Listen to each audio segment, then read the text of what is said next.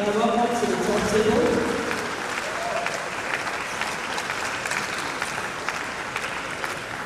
The Dean, School of Basic Medical Sciences, Professor Akinsulore.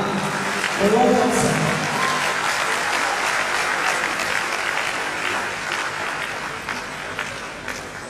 The Dean sets his here and doubles as the chairman committee of deans, Professor Isaac Ajay.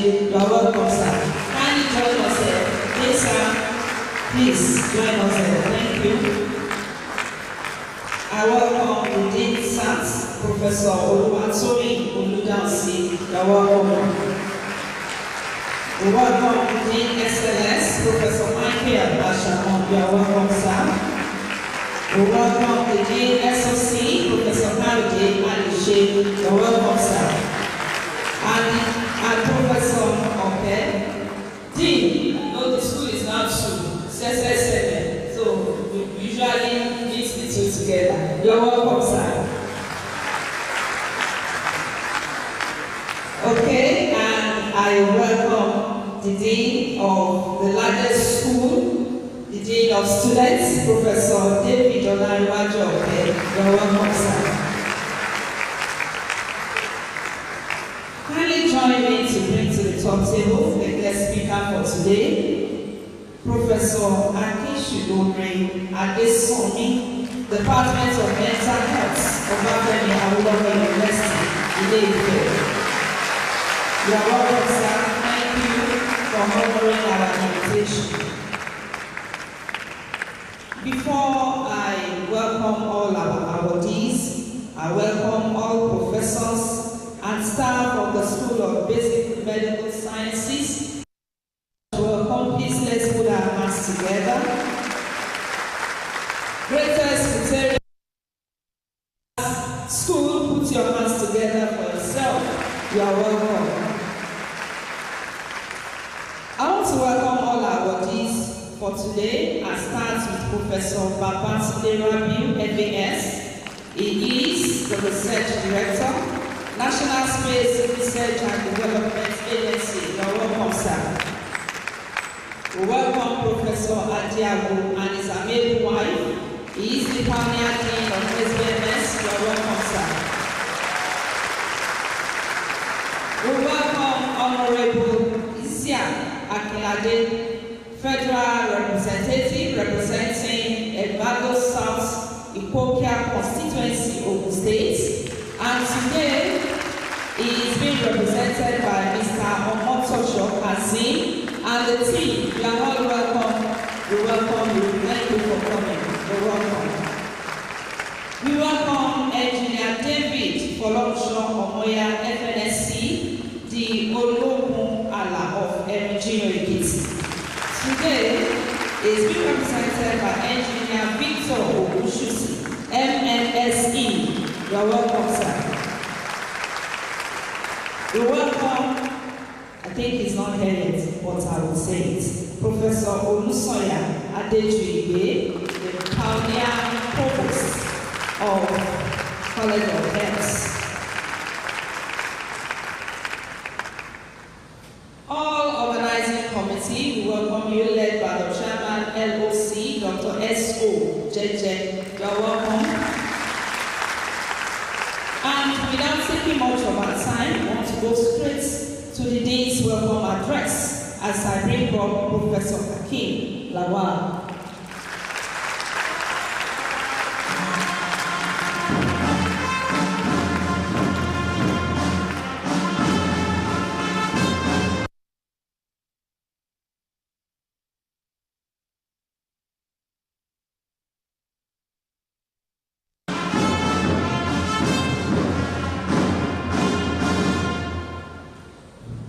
Madam Vice Chancellor, ably represented by our Deputy Vice Chancellor of the Academic Professor TTA Moss, members of the University Management, our distinguished guest lecturer, Deputy Vice Chancellor of Academic and Development, the Registrar, and the Secretary of the Council, other principal officers of the University, special guests of honor and invited guests, deans and directors of all schools, head of department and unit, honored colleagues, scholars and students, distinguished ladies and gentlemen, great Futeria,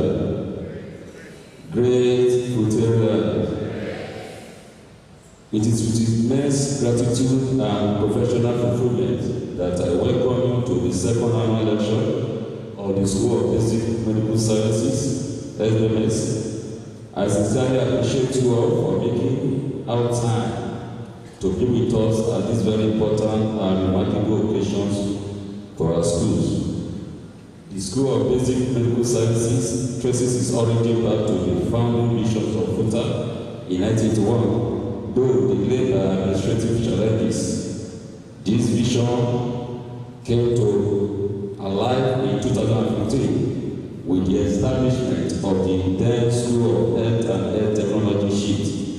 Today, SBMS stands as a testament to decades of resilience, collaborations, and commitment to building a center of excellence in biomedical education and research.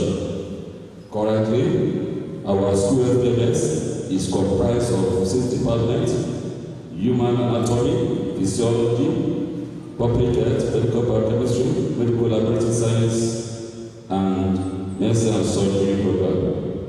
Hosting both undergraduate and postgraduate students, our school now has a vibrant community of 49 staff, which include 39 academics and 20 non-academic staff. We have grown from a modest beginning with 220 students to now hosting over 1,200 undergraduate students across undergraduate and preclinical programs, and over 60 programs postgraduate students. Our academic culture is enriched by interdisciplinary training, mentoring, and collaborative scholarship. We are proud to report that the staff of SBMS have attracted prestigious national and international grants, such as TEDFund grant, IBR, and NRF, including 3 NIH grants with a worth of $500,000, and International Grace Research Organization IPRO collaborative research grant with Harvard University, USA, African Research Excellence Fund, RF, International Standard for Genetic Engineering and Biotechnology, IGBL, International Society for Neurochemistry for Research Collaboration as top-ranking universities in Africa, Europe, and the Americas, such as Harvard University, USA, Harvard University, USA, Universidade Federal de Santa Maria, Brazil, University of Birmingham, United Kingdom, just to mention a few. This accomplishment underscores the global relevance and scientific excellence emanating from our school SBMS. Another major milestone in the successful publication of the first edition of the SBM journal named Journal of Medicine and Innovative Technologies, GBIT, which is an open access journal and can be found on the journal website or via the FUTA webpage. Dr. T. Danedeji and the journal committee successfully executed this. You are welcome to submit your manuscript in all areas of biomedical and clinical science research. We guarantee a thorough peer review process and will give a stable time.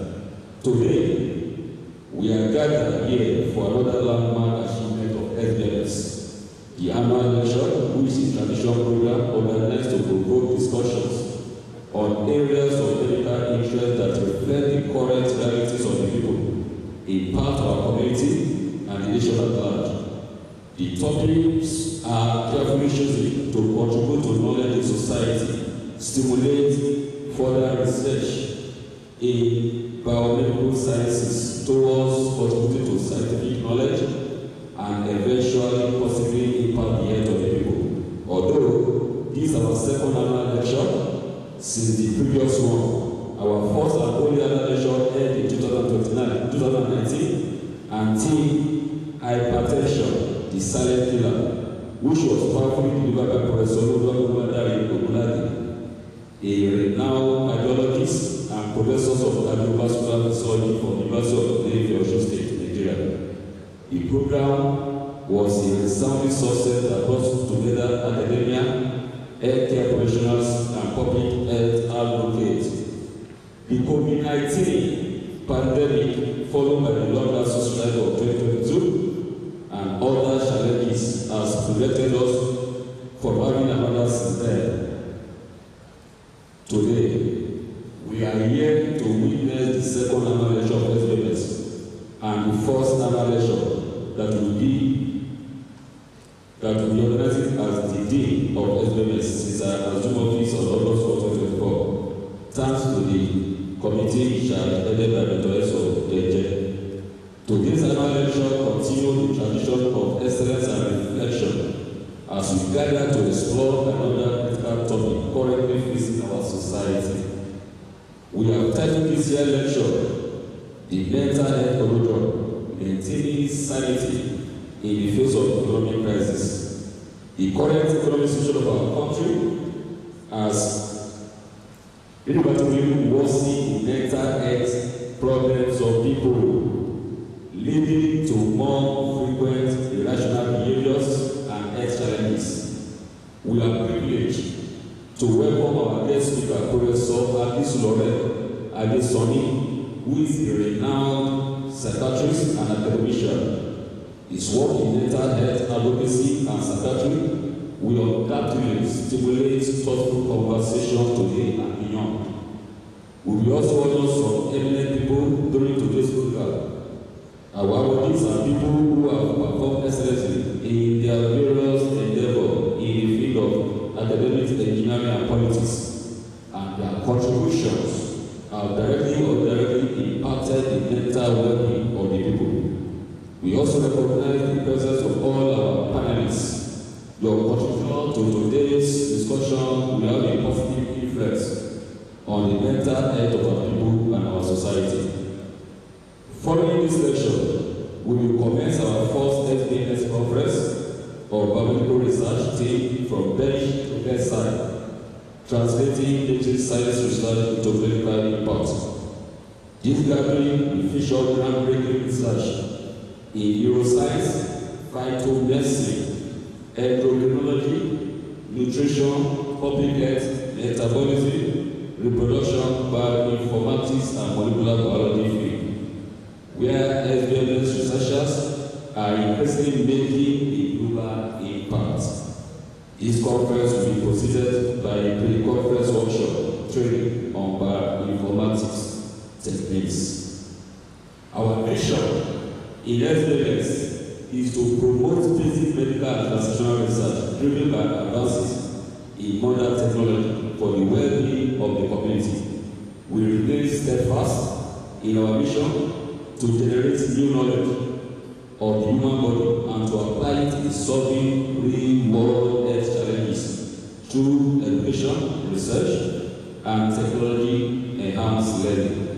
As we reflect on today's discussion and look forward to the scientific conversation of our conference, we will remain inspired to push boundaries, ask critical questions, and work collaboratively towards a healthier, more resilient society. In conclusion, I would like to appreciate our Vice Chancellor, Professor Adesanmi for her exceptional leadership and continued support of research-driven development. Madam Adesanmi, your presence here today as the chairman and she host is a great honor and motivation to us all. I also thank the Deputy Vice Chancellor, Academics and Development, the Registrar, University Librarian, Bursars, all directors, head of department, units, all staffs and students of SBMS for making today a dream come true. My thanks also go to our guest lecturer for coming taking time for us today amidst your tight schedule. Equally thank our special guest of honor, Right Honorable Akinsulore, which was represented, and other awardee, panelists and members of the University Committee for coming. Special appreciation to the local organizing committee led by Dr. S. Once again, I welcome you all and thank you for being part of this important occasion. Thank you and God bless.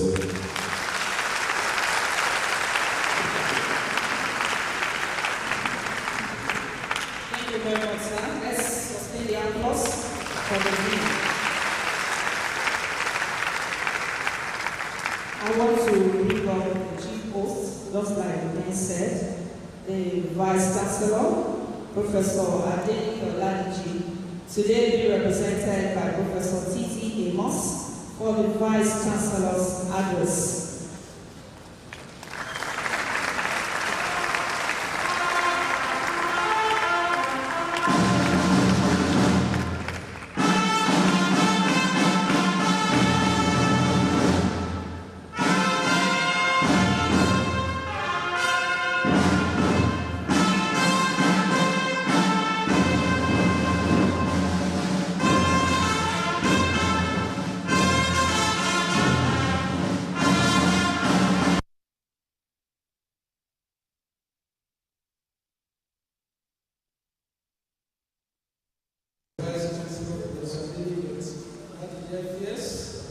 And the second annual lecture of the School of Basic Medical Sciences held today, Tuesday, 24th June 2025 in the Bafemi Auditorium.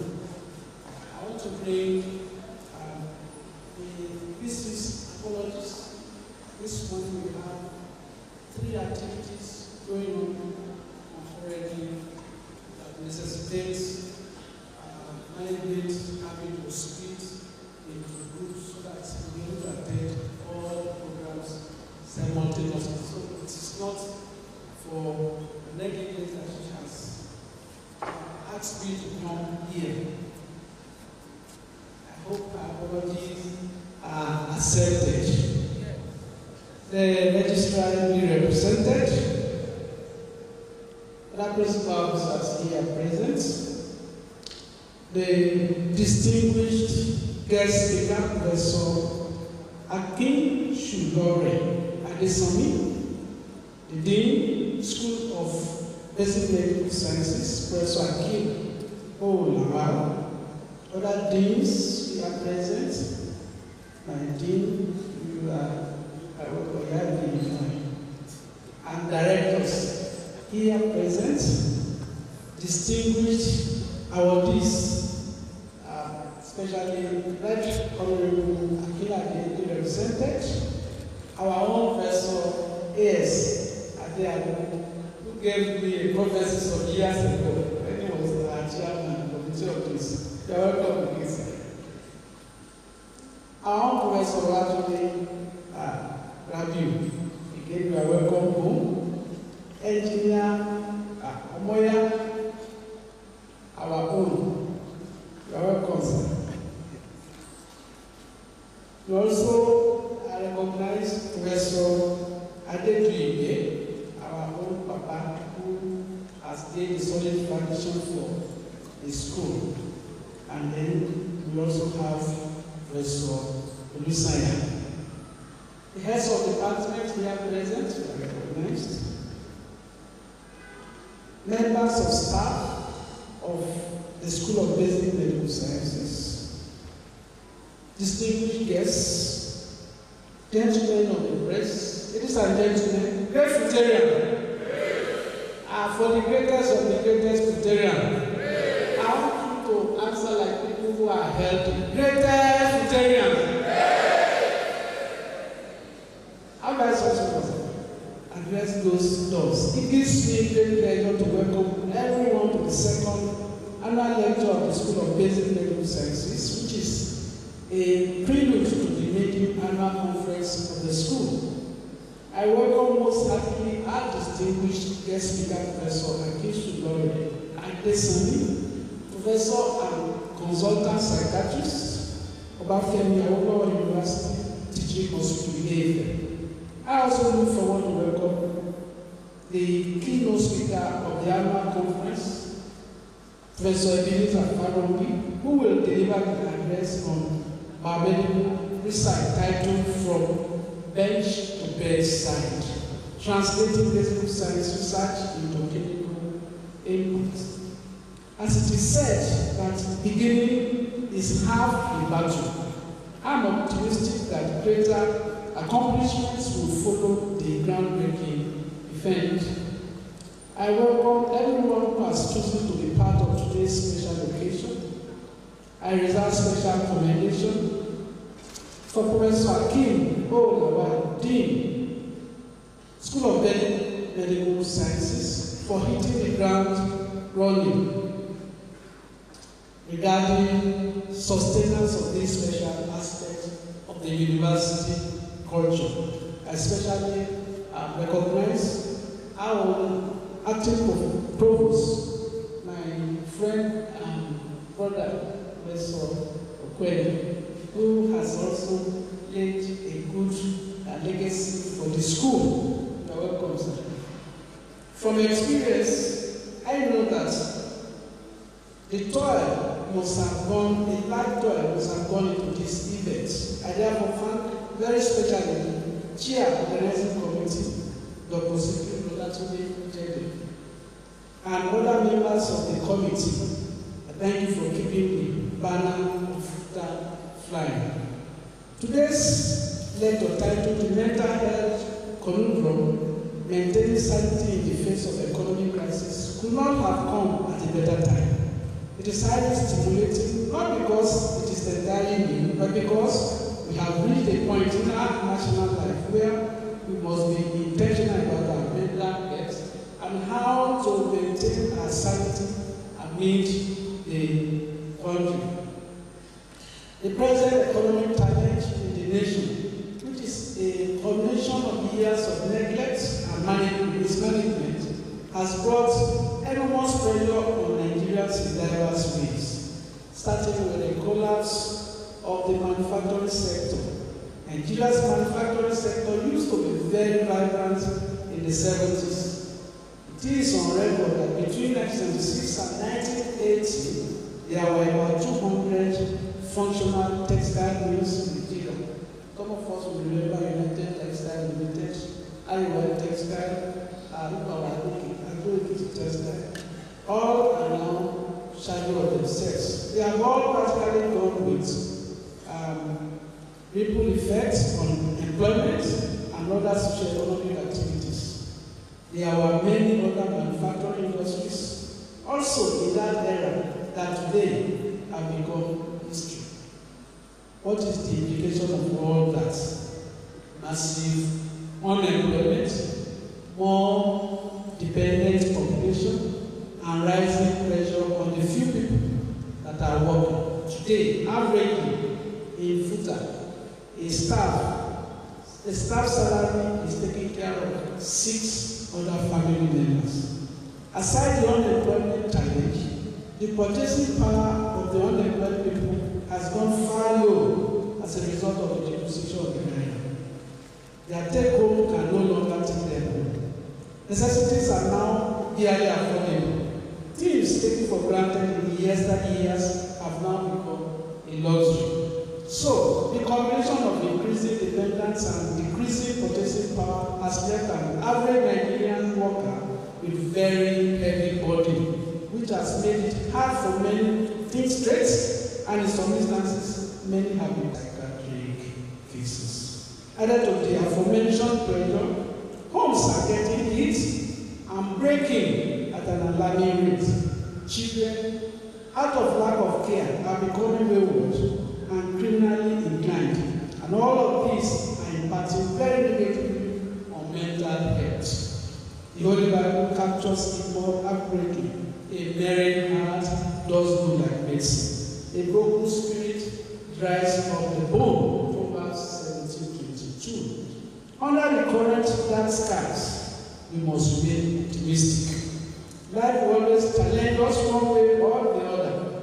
I'm so glad that we have in our midst today a personality that is eminently qualified to address the topic of this lecture, the person of Professor Akinsulore Adesanmi, a mental health expert of renown. I have no doubt whatsoever that he will make our gathering here today worth its while. Thank you.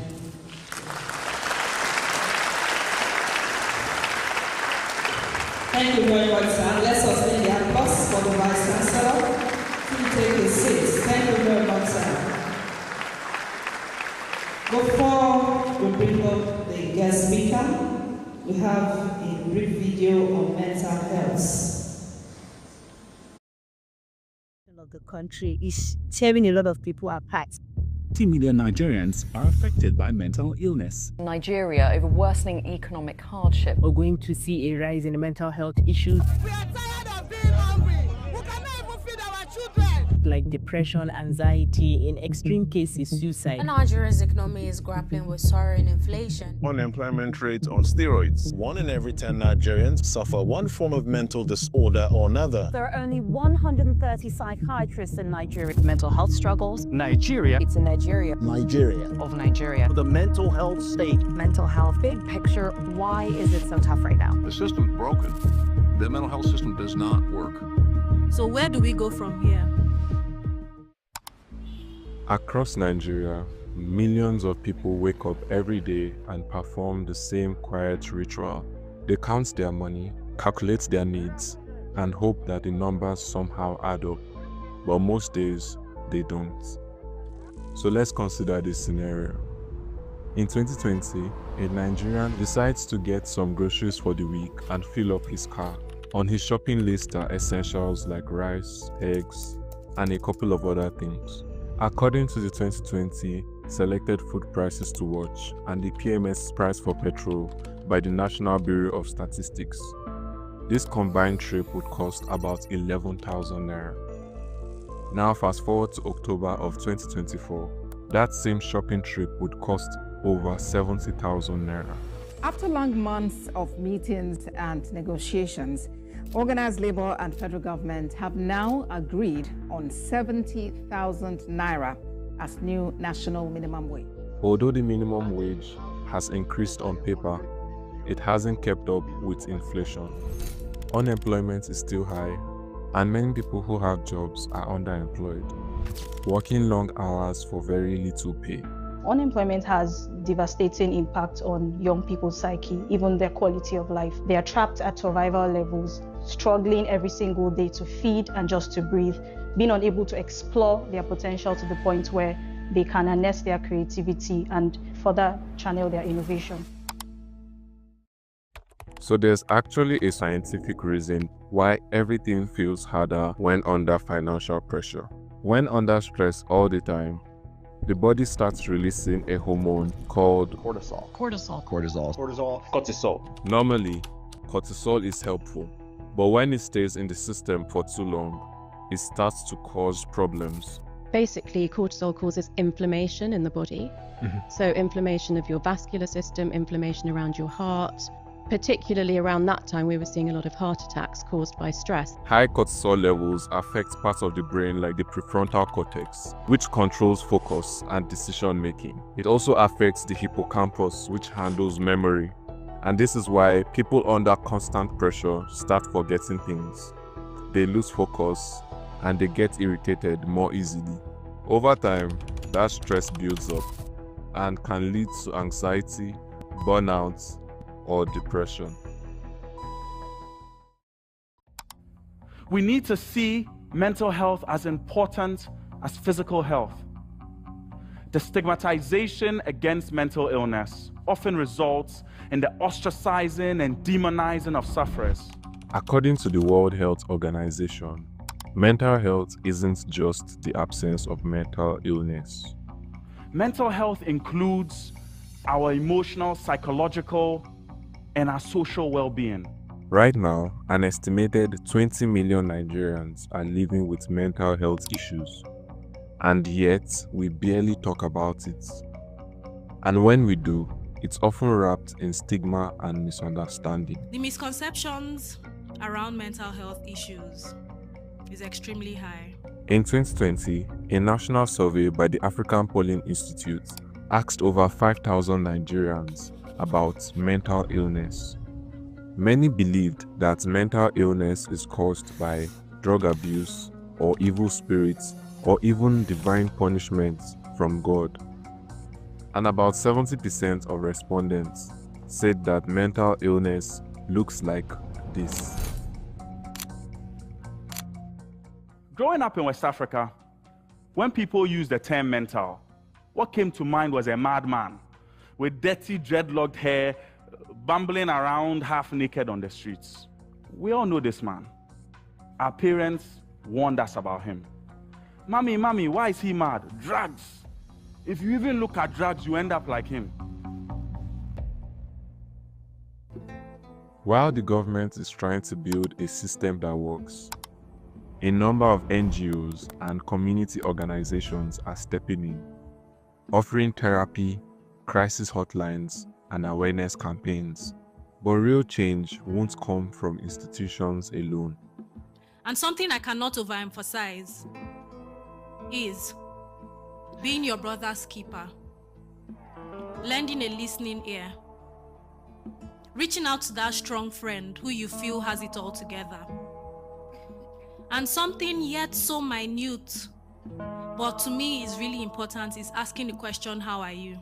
We can actually make our sense of community our greatest defense against mental illness. While we may not all be experts, we can all be there for each other.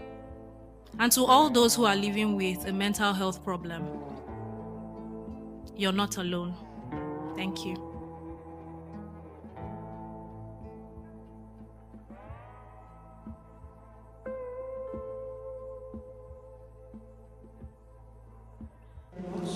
We go straight to the citation of the guest lecturer. Guest lecturer, sir.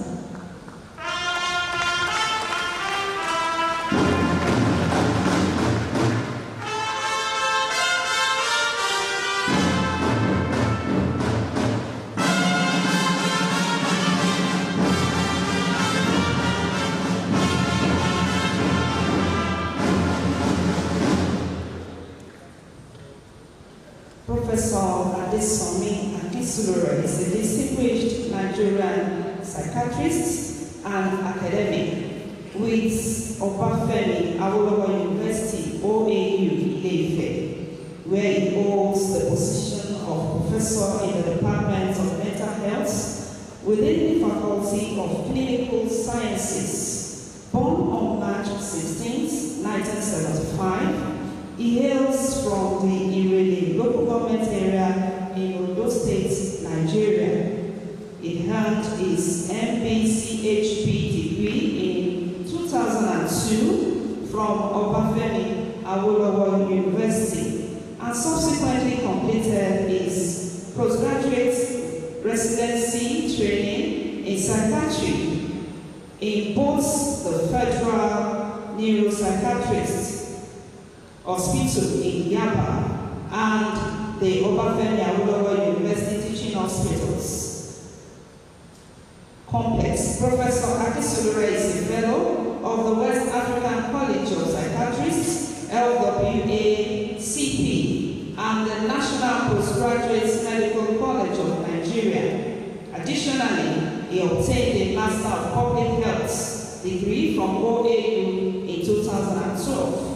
Advancing through the academic ranks at OAU, Professor Akinsulore began as a lecturer 1 in 2012 and achieved the status of full professor by October 2021. His clinical and research interests contain on community and public mental health, with a particular emphasis on the mental health of students,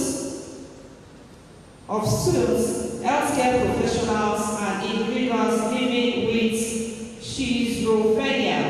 He has authored and co-authored numerous peer-reviewed in both national and international journals significantly contributing to the body of mental health scholarship in Nigeria. Its work also involves collaboration across various medical subspecialties, both domestically and abroad. In addition to his academic and clinical responsibilities, Professor Akinsulore has undertaken several administrative roles within the university and beyond. He plays a critical role in promoting mental health education, research, and advocacy throughout Nigeria and beyond. Distinguished ladies and gentlemen, I bring up Professor Adesanmi Akinsulore for his lecture as he joined me to welcome the registrar, Mr. Charles Adeleye. Welcome, sir.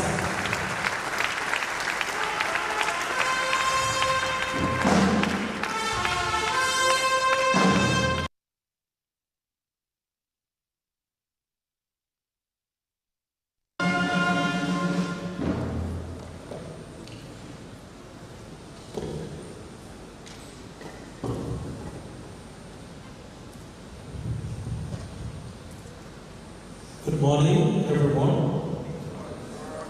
I would like to first appreciate God for giving each and every one of us this opportunity today to be here.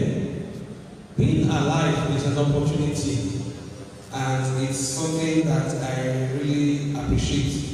As we wake up every day, it's also an opportunity to help and invest in life.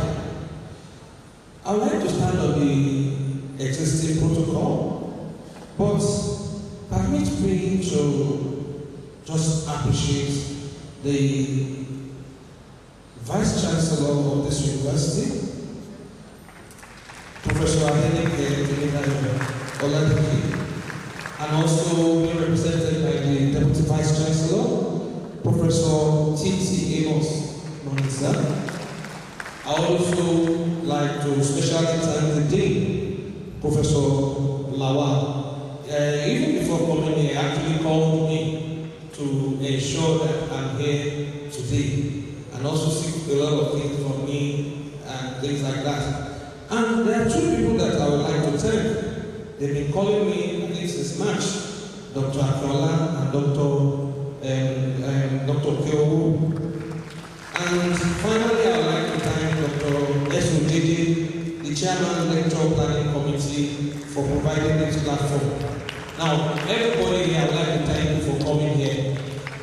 If you are not here today, there will be nobody to actually talk to. So, thank you very much. So, we are all specially thanked.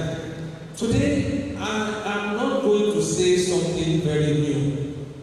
I'm only just trying to paint a picture of Nigeria that we are today, and also advocate for mental health. So it's not a lecture, it's just for us to reflect and see where we are and see what we can do, the way that we can move forward. So my talk, I don't want to call it lecture. My talk today has to do with mental health conundrum, maintaining sanity in the face of economic crisis in Nigeria. So, I'll start to say that I'm honored to address you today on the topic, and this presentation I would like to summarize by saying that navigating the mental challenges of economic uncertainty in Nigeria. That's my own topic for this lecture.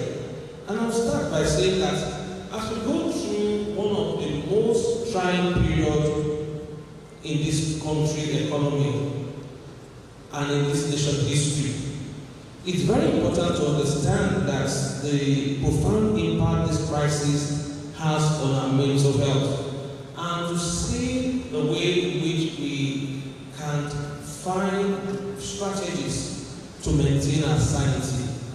It's very, very stressful in this situation.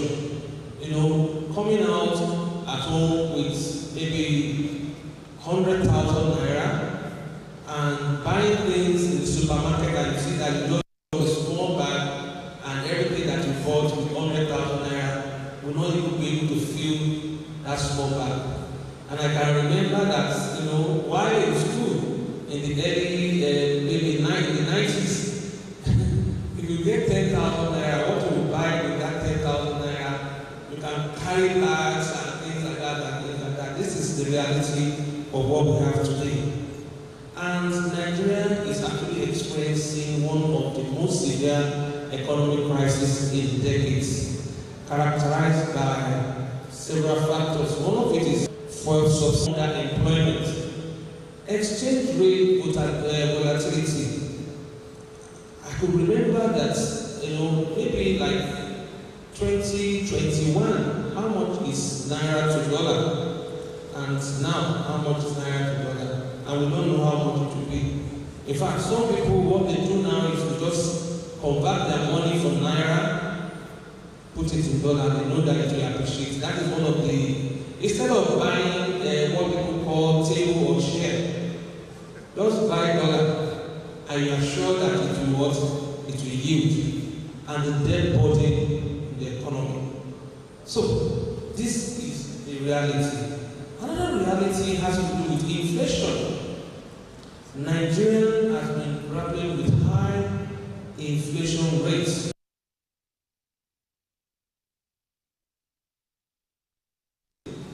As of late 2024, the inflation rate has actually reached 27%.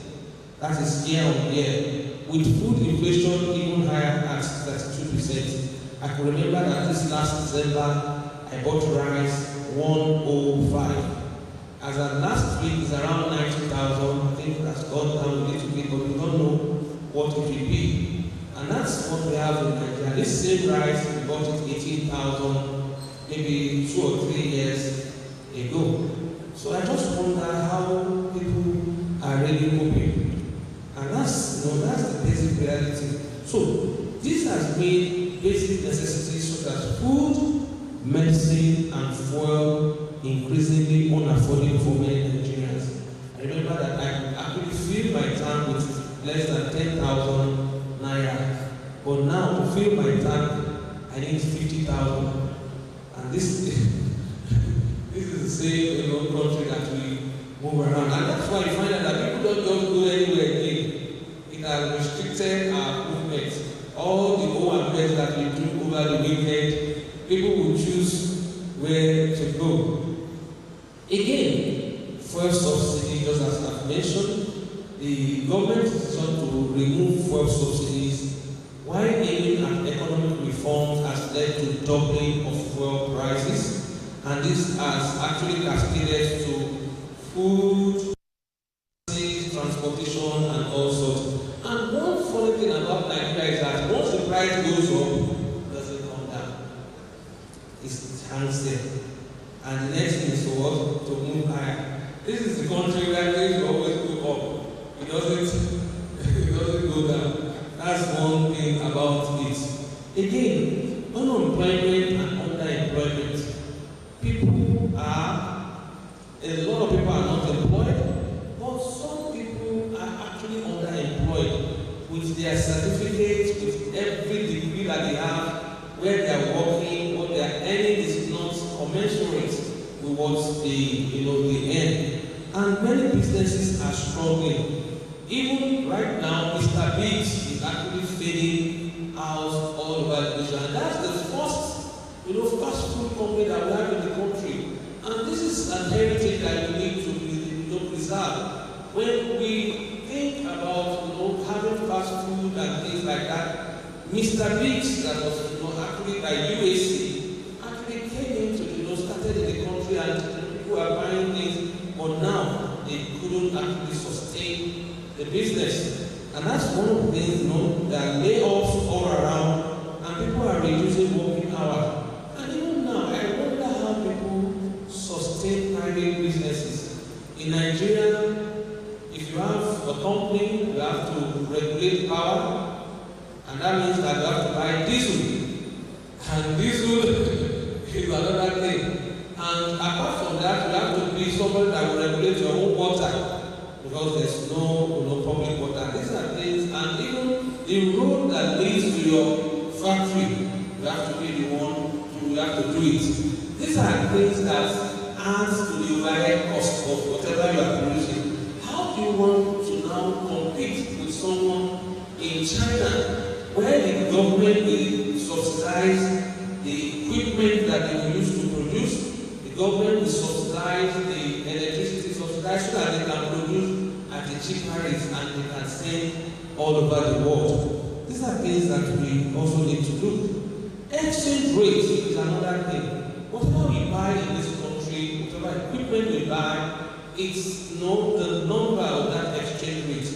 And we don't produce, we consume in this country. So based on this, a lot of this is dependent on dollar. And if dollar increases, whatever we are also buying will increase. That's another thing. And the debt portion has also increased in terms of whatever we are doing. But the government is also, their spending is also increasing. And these are things that we see in our country. All these factors makes it difficult for Nigerians to afford what we call basic necessities. Basic things that people take for granted outside this country. People will pray that, for starting a program today, people will pray, God, let there be light. Let's pray that evil spirit will not stop light. But these are things that people don't even think about. Water and things like that. So this economic downturn has not only affected our financial stability, but it has taken a lot of toll on our mental health. And what is mental health? Next slide, please. Thank you. Now, mental health can be defined as a state of our well-being in which that individual can actually realize his or her own potential. Again, the person can actually cope with normal stresses of life, can work productively and fruitfully, and able to make contribution to his or her community. So there are 4 things that we need to satisfy to be able to say that that person is mentally healthy. The person realizes his potential. When we look at this country, somebody has graduated 1, 2, 3, 4, 5 years, no more. He has the potential, he has the capability, but he's not actually achieving his potential. He can cope with normal stress. We are talking of normal stress of life. There are other stress that will come that we have to be very careful. Then he can work productively and fruitfully. If somebody is not ably engaged, is not working, how do we want to be productive? How do we want to be fruitful? And the last thing is that make contribution to the community. If you are not earning, how do you want to give back to your community? So a lot of this thing has to do with our mental health. And people say that when you don't have money, they will say that you shouldn't even have idea. When there's no money, you don't have idea because you can't do anything. Money moves ideas. And that's why you say that the rich man will use his hands to cut the tree because he has money, so he can move people.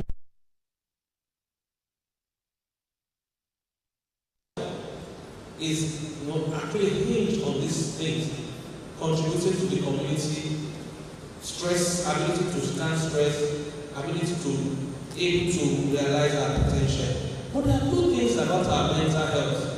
It's actually like a straight line. There's a positive mental health which we want everybody to have, but along that continuum, on the other extreme end is the mental illness. So each and every one of us, we are a line between these two. Sometimes our mental health it goes down, sometimes our mental health goes up. So we all have a level of our mental health. But all we want is that some of us, we don't want us to have mental health problem, and we don't have people to have mental disorders. What we want is people to be healthy. Again, there are 3 things that I want to distinguish, which I need to clear. Mental health is that capacity to think, to feel, and act in which the way we enjoy life and deal with challenges. So mental health does not mean that there won't be challenges. It doesn't mean that there won't be, but ability to be able to stand these challenges, our mental health will help. But there's a midway between mental illness and mental health. That is mental health problem.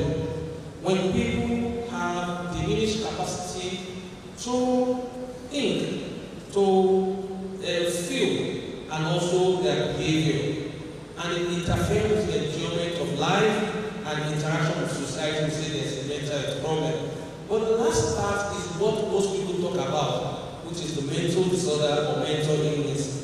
When people have depression, anxiety, post-traumatic stress disorder, or substance-induced psychosis. These are people that have changes in their behavior, and sometimes when it goes to the extreme end, we have people that have vagrant psychosis.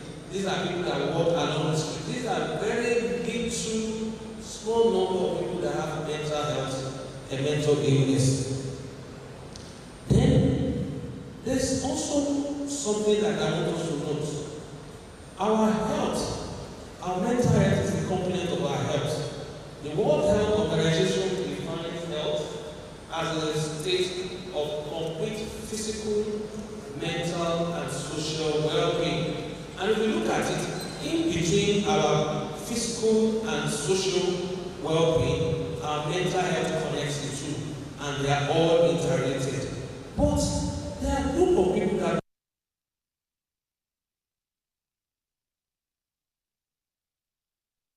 have people that sleep normally, that they are physically well, and things like that. But on the right side of people that are healthy, we have people that have optimal health. These are people that are thriving, they are resilient, the appetite for learning and growth is there. But on the left side, there are people that are reactive. A lot of these people are country are reactive. Any little thing is back. They get nervous, they get angry, and you go on our streets, just check the street, you see people raiding horses and things like that. What has really happened? Just a little thing, and the person starts getting angry.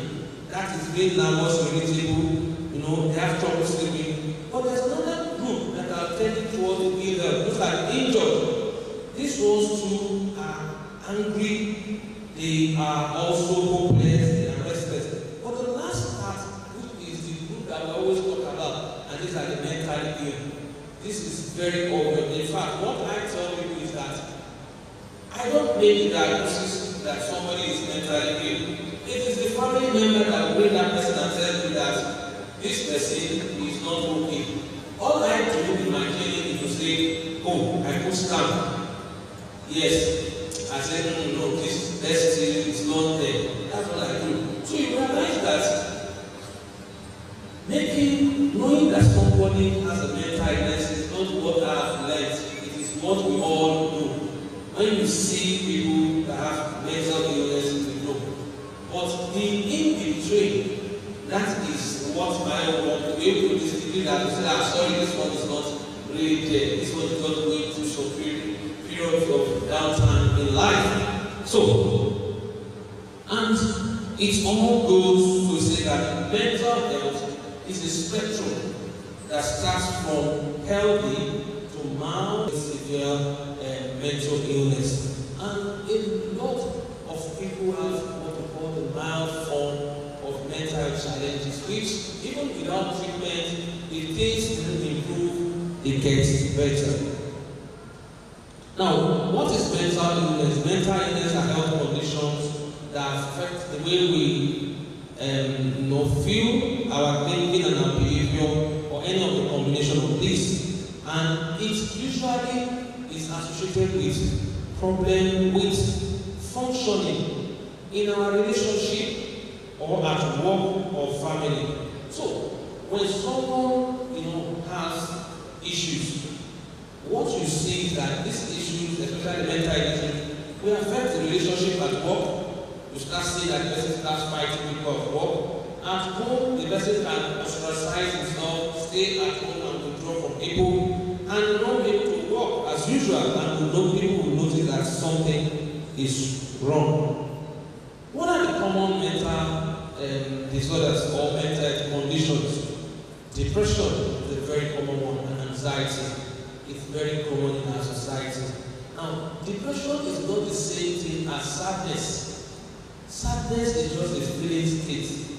But when a person is depressed, I have 3 acronyms, DIE, that actually describe depression. Depressed mood, loss of interest in pleasurable activity, and reduced energy. So for a person to say that that person has depression, for at least 2 weeks, that person will experience at least 1 or 2 of that DIE with other symptoms. And once that person has that, we can say that, oh, this person is having depression. So it is not the same thing as saying that that person is sad. It's different. Anxiety, if you have gone, for exam without prepared, not being prepared, and you are in front of the hall, you know how your heart moves. That's the feeling of anxiety. Palpitation, sweating, dry throat, you want to talk, the thing will not come out. That's anxiety. But people could be anxious. There are people that are generally anxious, but that doesn't mean that they have anxiety disorder, but they could have some other form. And schizophrenia is a mental disorder that people hear things that are not there, or they believe things that are not really true. And post-traumatic stress disorder, when a person faces a serious life-threatening event, they may experience a lot of health issues, mental health issues, which we call post-traumatic stress disorder. And bipolar disorder is actually a combination of depression and also somebody becoming excited and become mania, and that is bipolar disorder. So, why is mental health important? I've mentioned earlier that our mental health is important because it helps our overall well-being. It affects our emotional health, it affects our social well-being, and that relates to our productivity and also relates to our quality of life. And with a good mental health, we are sure that that person will enjoy overall good quality of life. Another thing about our mental health is resilience. Resilience is ability to bounce back after going through pressure. And if you remember physics, like your rubber, and you leave that rubber, what happens? The rubber comes back. That's the resilience. So a resilient person, somebody that is resilient does not mean that he will not face stress. But when you face that stress, you will be stretched at that point in time. But when you go back and relax, come back home. And there are things that you can use to come back home and things like that. So when a person is resilient, he's able to come back to himself. But there's a limit. And that limit is when you stretch that person beyond the elastic limit. What happens? The person snaps. It goes. So also cope with stress, trauma, adversity, and it will help us to bounce back and adapt to challenges in life. So resilience is not about being unbreakable. It's about being able to put pieces together and continue on with renewed hope and courage. So sometimes the person that is resilient doesn't mean that you will break down. But when you break down, you will look for your science area and rebuild and get back to yourself. That's another thing. And there are things about resilience. Strength, confidence, protecting self, love yourself. You see, don't expose yourself to things that will break you. When you see something that this thing is the problem, run. That's it.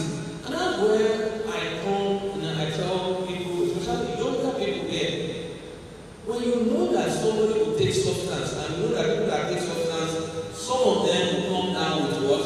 Problem.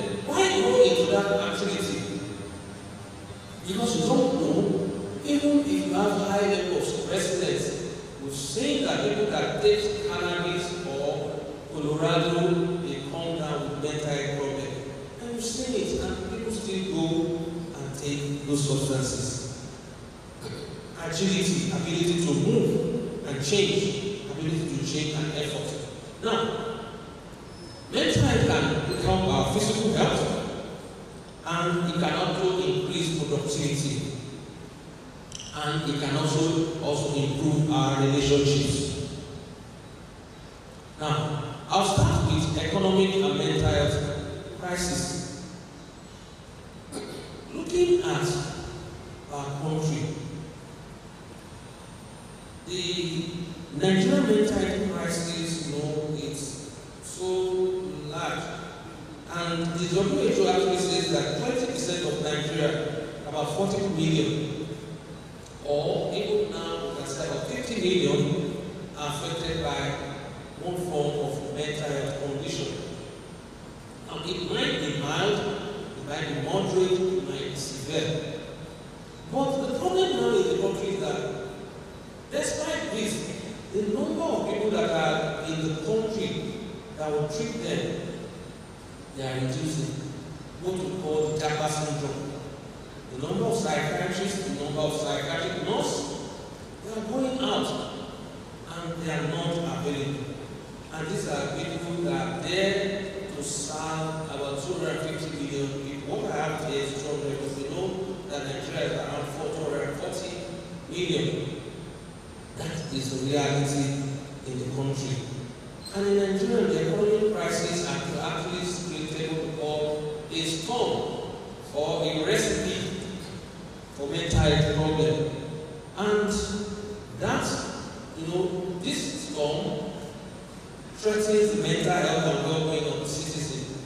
And the constant struggle to make ends meet and the fear of job loss and uncertainty about the future have led to increased stress, anxiety, and depression. A recent survey by the Nigerian National Mental Health Survey found that about 20% of Nigerians have depression. It may be mild, moderate, and severe. About maybe 70% have anxiety, 12% have substance use disorder, and this statistics is alarming. If you look at it in terms of number, it might look very small, but when we look at it in terms of 250 million, it's alarming. In fact, the study says that about 4.9 million Nigerians have anxiety and 7 million Nigerians have depression. And this is something that is huge. This 7 million is as big as some countries in Africa. So this is what we have. And 1 in 3 are at risk of inability to cope with stress. And stress usually affects female more than men. But one funny thing is that female are more resilient than men. That's the funniest thing about it. It affects the female more, but the female are more resilient. And how do we maintain sanity during this economic crisis? And that's what I'll start with now. Number 1, we need to prioritize our mental health. We need to acknowledge that mental health is just as important as our physical health. And that's what we were told in that video clip. And it said that there is no mental health there's no health without mental health. And I mentioned earlier that our health, there are 3 areas: the physical, mental, and social aspect. In fact, recently now, people are saying that our health goes beyond just these 3 aspects. People now say that our health is the physical, mental, social, and spiritual aspects. Because we know that man is not just a body and soul. Man also has a spirit.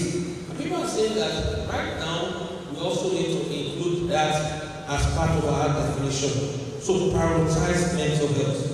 Number two, we need to break the stigma surrounding mental health. What is stigma? Stigma means that putting something negative around an issue, putting something negative about a person. We will recognize that mental health is not a personal feeling. You know, sometimes when you say the person has depression, what do you say that we shall agree, you shall actually just hold yourself together and take mercy? That person wants to be like that. But rather, in response to the challenges people face, we must encourage people open and honest conversation about their struggles. You know, people can't open up even when they have mental issues, and they will be struggling there and be in silence and be wallowing in it. Because if you tell somebody that I'm hearing something,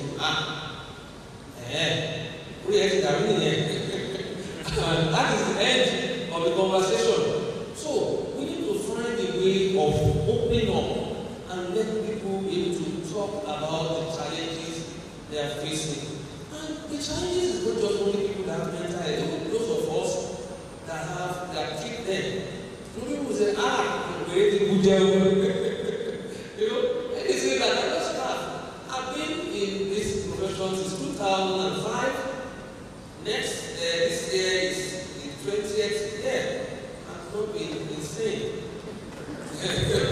So, when people say a lot of things like that, if somebody bites you, and they say that if someone has a mental illness and he gets to the market, through a liberty war or that, I've brought a lot of them that they are in the market, we bring them, we train them, and we treat them, and they get well. And they trace them. In fact, by the time we bring them to our place, they don't know their place. But by the time they are well, they go back to their house. And we've seen the Lord that will be able to trace back to their home, and they get well. So, these are some of the things that are in our society that are not true, but people tend to imbibe them. Number three is to cultivate a growth mindset. There's a book written by Carol Dweck, and she actually talks about mindset. And all things in life has to do with mindset.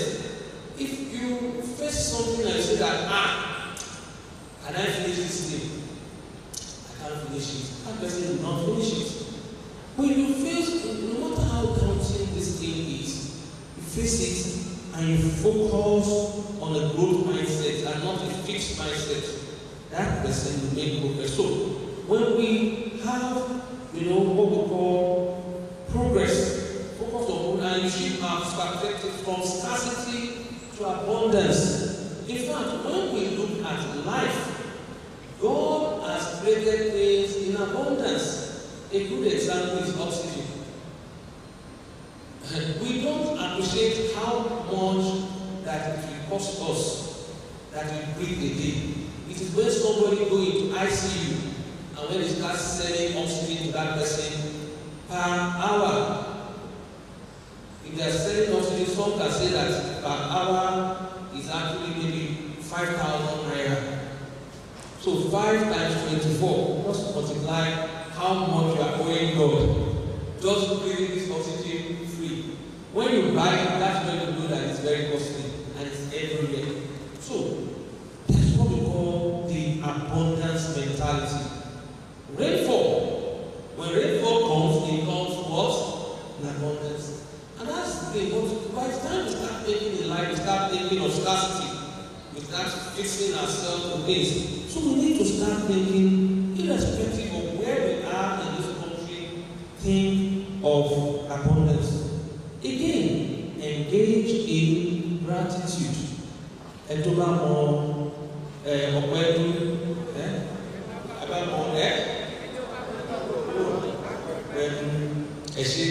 Thank you very much. Gratitude is something that helps. Irrespective of where you are in life, if you are down, thank God. If you are here, thank God. If you are here, then wherever you are, Research has shown that cultivating gratitude can help you and others.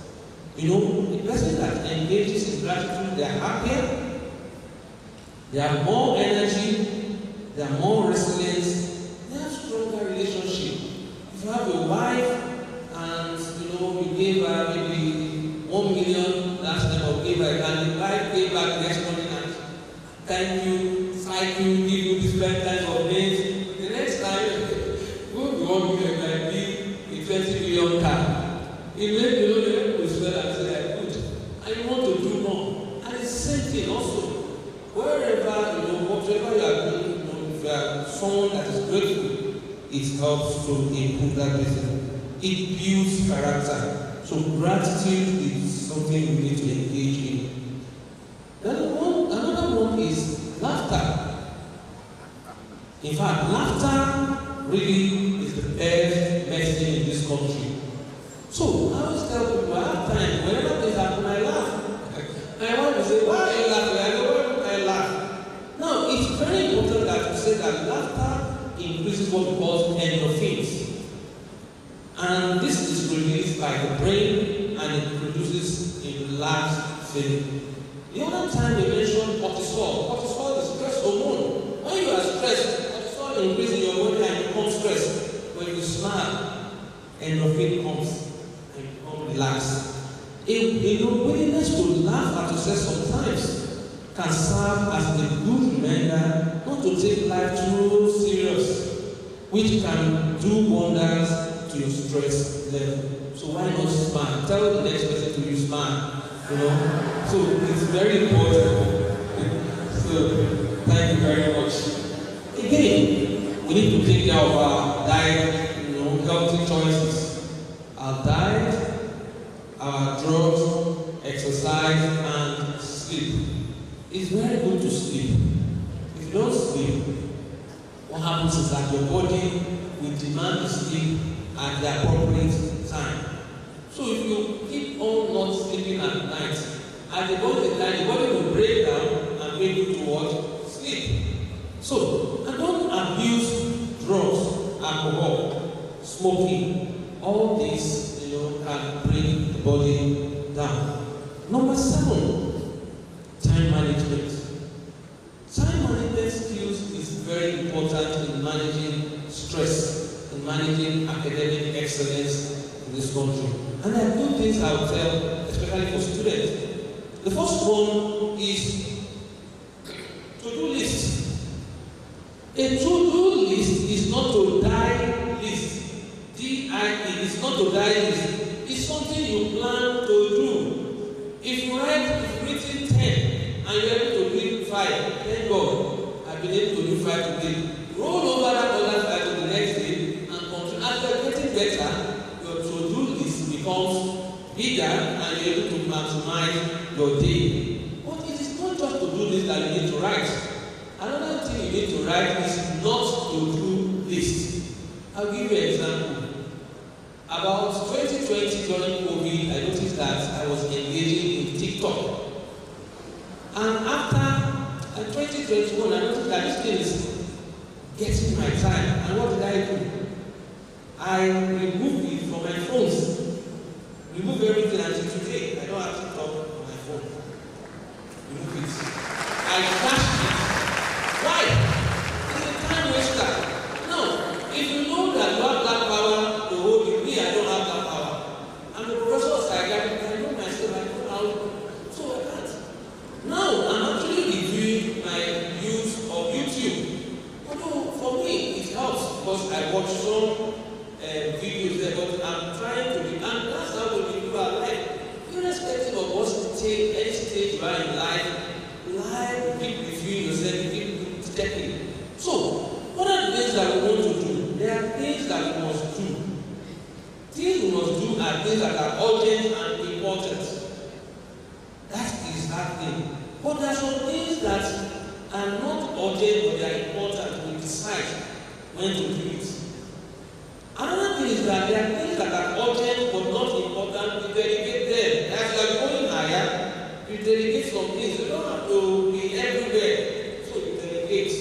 And there are things that are not urgent and that are not important, delete them from your life. And this is very, very important. To-do list and not to-do list. It's the basic skill of time management. Another thing that I've learned is that do not delay things. Right now, if I have something and I ask that, oh, they are master students and they want to sign something, rather than me saying that, oh, drop it, I'll sign it later. If it's something I can do now, bring it, I sign it. Because that activity is what? Done. But if you say, drop it on my table, I'll come and do it. It becomes another thing that people will start trying. Some of my residents or my students say that anywhere we meet him, if it's at the back of the car, he will sign. Because I know that doesn't create any. Because some people say, Esther, we want to sign this form. Say, go and drop it to the edge of this office. That is it. And when I get to the edge of the office, I do it. That's what you are doing, is that you are creating more problems for yourself and things like that. But that's my own policy. It doesn't necessarily have to work with everyone and things like that. Number 8, build a support network. A support network is very important. You cannot be alone. And that's the problem that the youth of nowadays we have. For example, I grew up in a street that we used to play football on our street. After playing football on our street, we form a team and we go to the field. And we play football, we have our street team and we play. And around that, our area, we know ourselves. So people can come. But nowadays, what do we have? Children stay on the same street, gated out. You don't even know your neighbor. So how do you have a network? You don't have people that you can say that you know. So you need, but nowadays there are ways, other ways that has developed that you can use to develop network that will support you. The first support that people have is the family and friends. The next support has to do with the neighborhood. The next support has to do about organization and the health and social care professionals. And these are the support that we have. And they are very important. And one good support that we can talk about in our own environment is the church and the mosque. For example, student bodies, they have fellowships, they have organizations. These are support bodies that will help you. There are days that you won't be strong. You need people to help you to be able to carry on. And number 9, stay informed, but avoid excessive news and social media use. There was this song that says that never Google your symptom.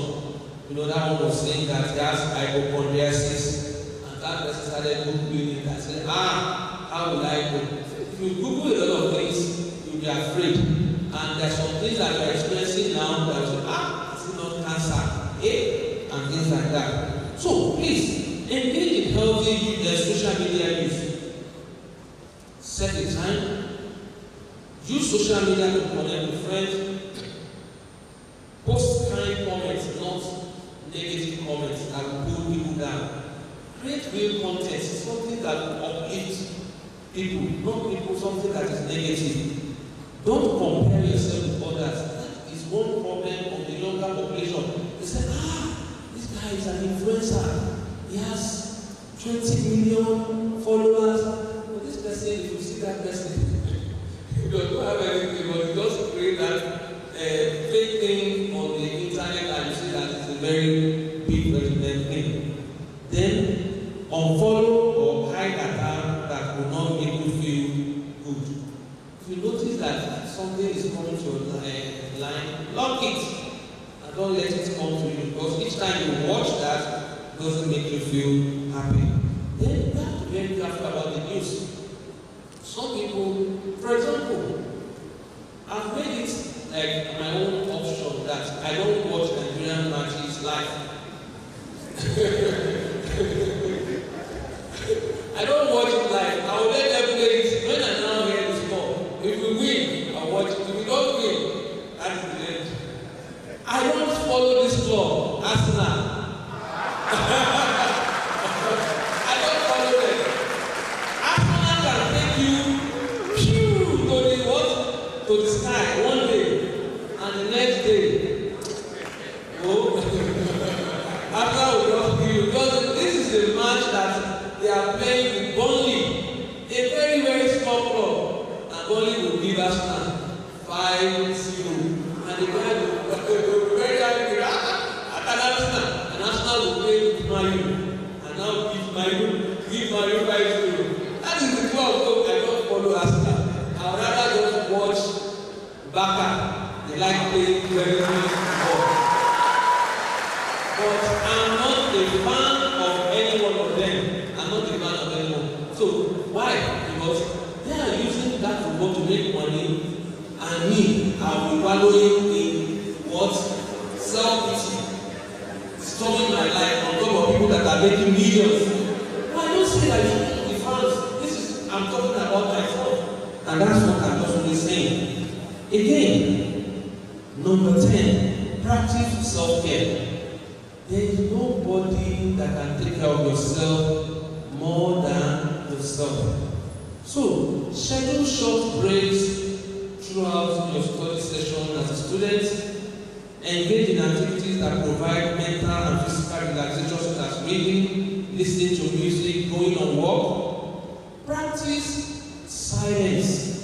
Practice presence. There are times in which you just go in a place and just be silent and marvel into nature, and that can help you. Exercises, most relaxation can help. And do engage in creative outlets.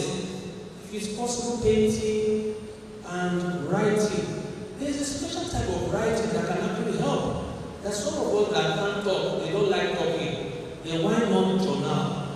Journaling means that things that have happened to you, just pick a pen and write it.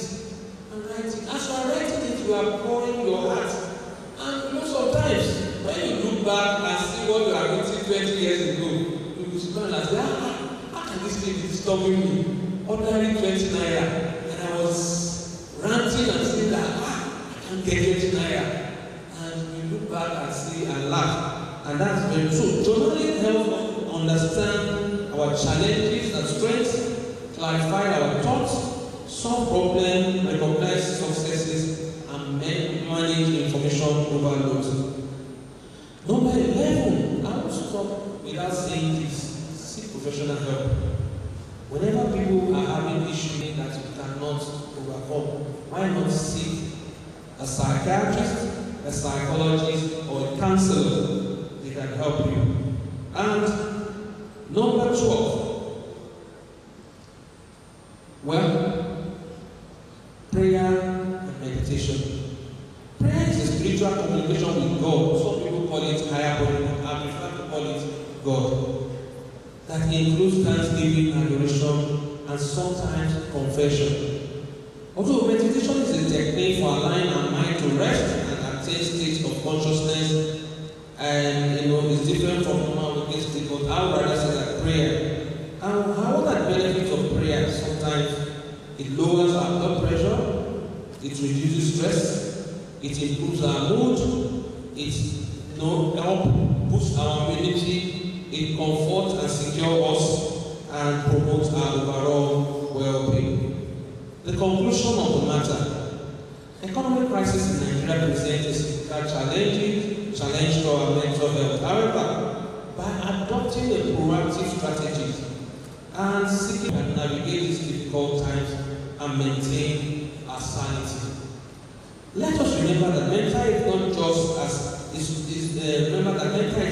important as physical health, and taking steps to protect it is crucial to our overall well-being. Together we can overcome this conundrum and emerge stronger as a nation. Thank you. Now, the last thing I'll say is the call to action.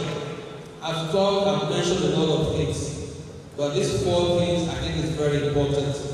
Number 1, please prioritize your mental health.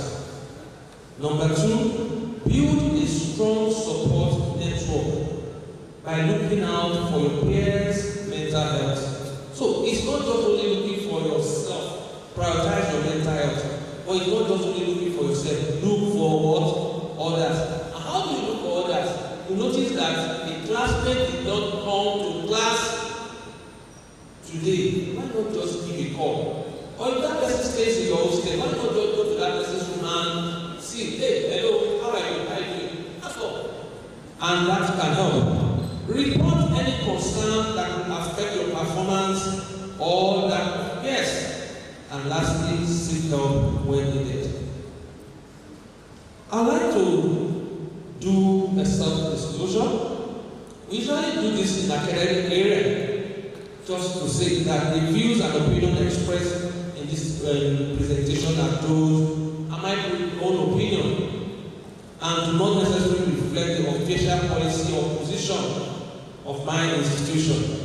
Any reference to special products or services or companies do not constitute endorsement or recommendations. Some information on this presentation are based on my research assisted by artificial intelligence too, and I've actually taken my time to review and verify for accuracy to the best of my ability. Thank you for your attention.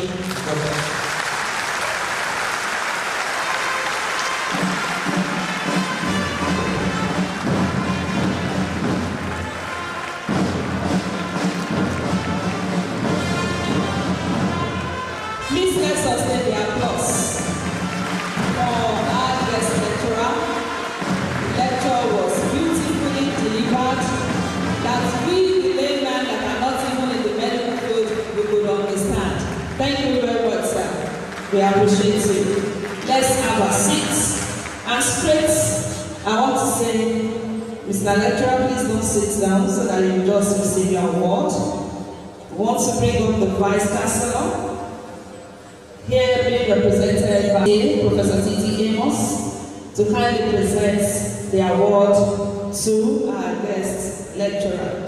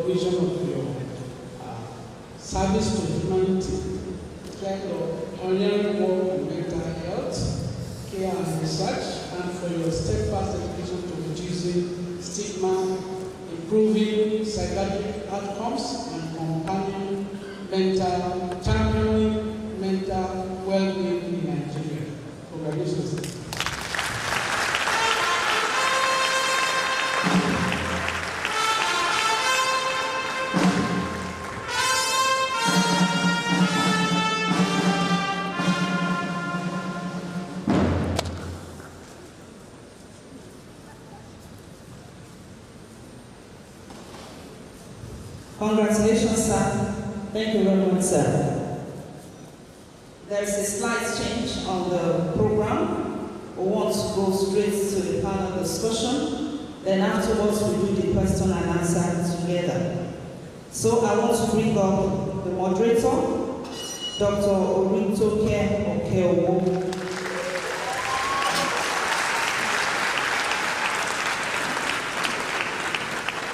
As I bring up the panelists, Reverend Adesanmi Clements, you're welcome, sir. Mrs. Mary Arobujo, you're welcome, ma'am. Professor, yes, that is our guest lecturer, is still one of our panelists, Professor Akinsulore. Thank you, sir. And of course, Mr. Michael Oloriyomi.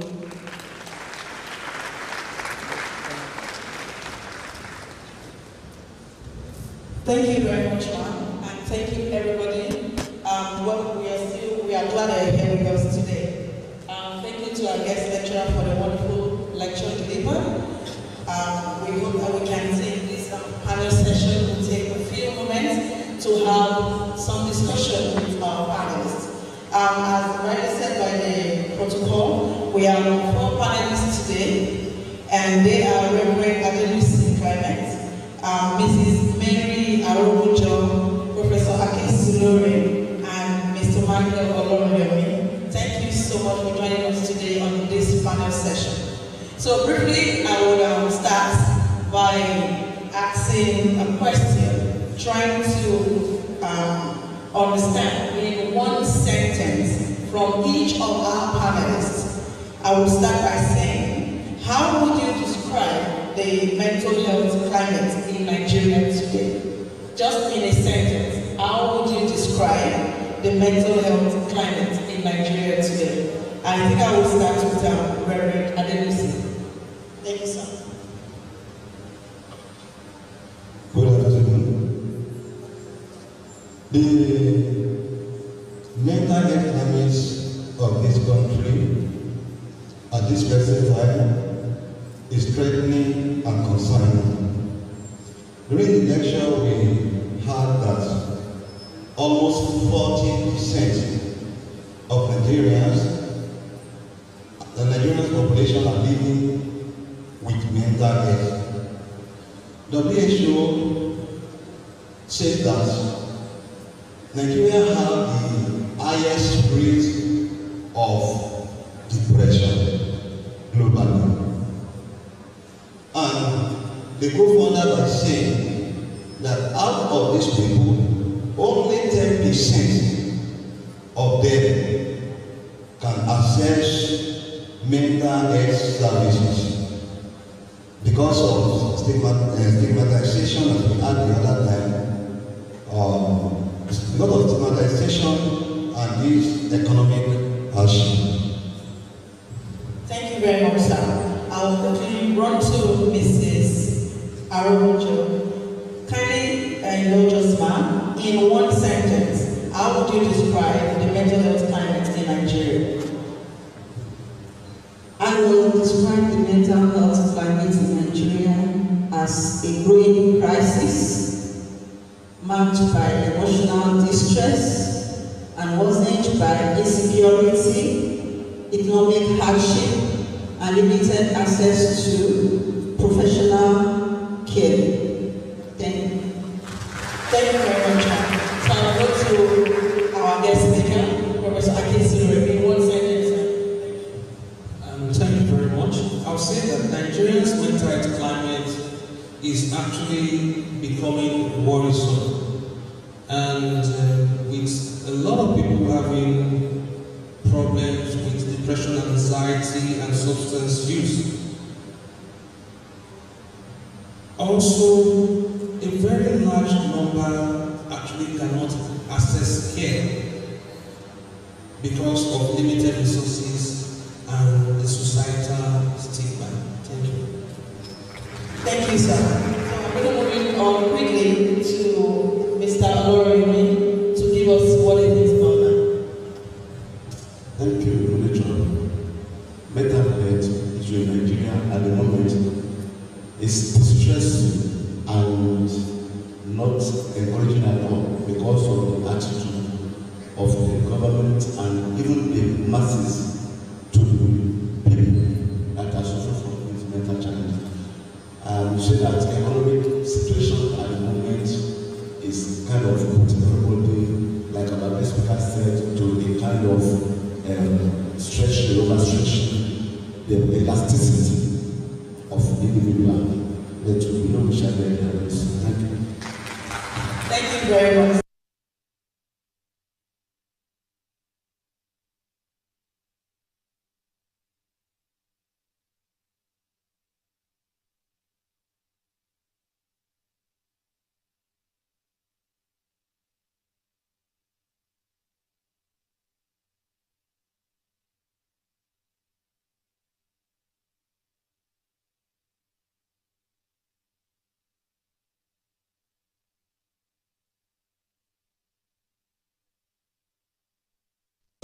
On mental health, and it can contribute to a lot of mental challenges. Number one that we talk about in this environment is stress. I define stress as whatever you call stress is stress. So, but stress is our inability to overcome challenges, and it could affect our well-being. Apart from stress, there could be depression, there could be anxiety, which people go through. And people also could have substance use as a coping strategy for this problem, but that substance use eventually could also become a problem. And another one, which is not necessarily disorder, but it's a problem, is suicidal thoughts and behaviors. In fact, in Yoruba language, some people will say that but that's not true. We would rather say that it is better for people to stay alive. It is only the person that lives that will enjoy the fruits of the land. The other problem that could happen, we talk about some psychosomatic problem. Some people can start expressing every sensation all over their body for no reason. And this could also impact our relationship. People could withdraw from the family members and they won't do things. And overall, it could impact our work, it could impact our services. Thank you very much. Please, a round of applause for them, please. Thank you very much, sir.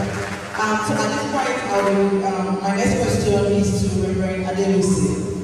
As a respected clinical psychologist and an advocate for emotional wellness and known for your deep and community-based engagement as a reverend, I would like to know that in your experience, how have economic stresses impacted the emotional and spiritual well-being of Nigerians?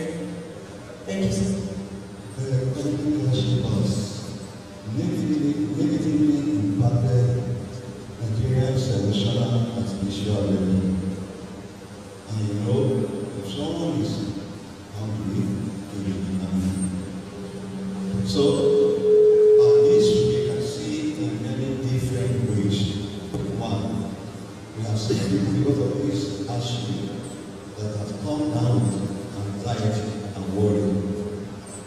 You know, things that we normally do without any mistake, anxiously, they mishandle it. Even among students, you don't eat very well. Your popular glucose will be low. You go to the examination hall, you don't perform well. That is one. Secondly, we have seen people that have come down with depression. They isolate themselves from people, from social gathering. Some students will not even come to class because of depression. So we see people that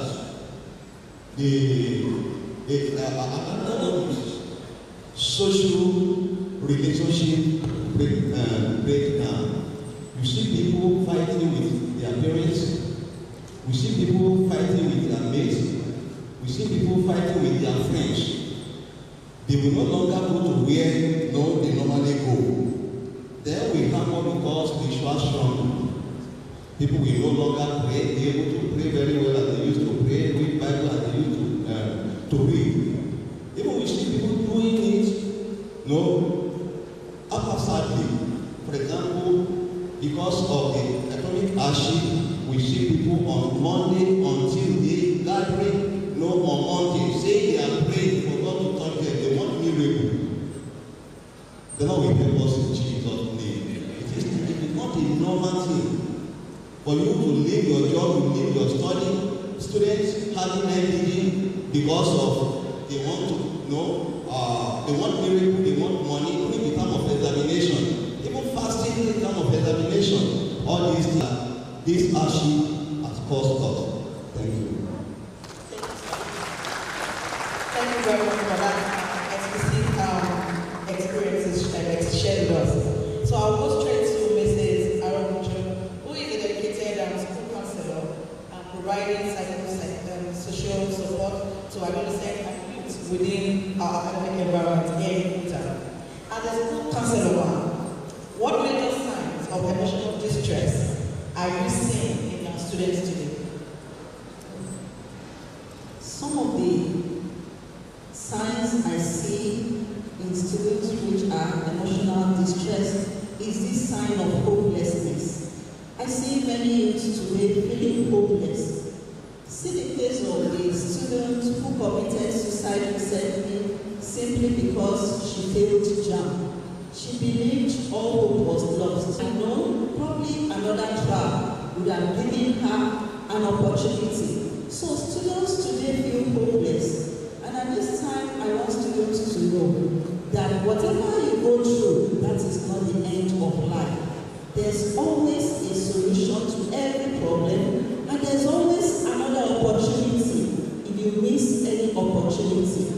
Then I see this burnout. Some students, they engage in so many activities, even outside school activities. Some attend parties during weekend, some engage in social media activities.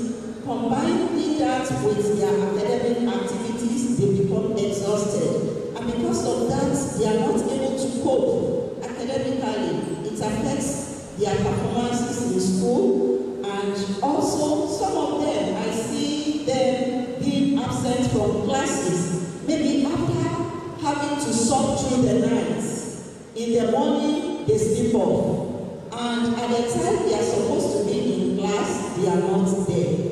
And sometimes we see irritability. Students get easily irritated because of what they go through. And at any little provocation, they are ready to fight to finish. They are ready to spill blood. So all these signs are emotional distress as a result of what students are going through. Thank you.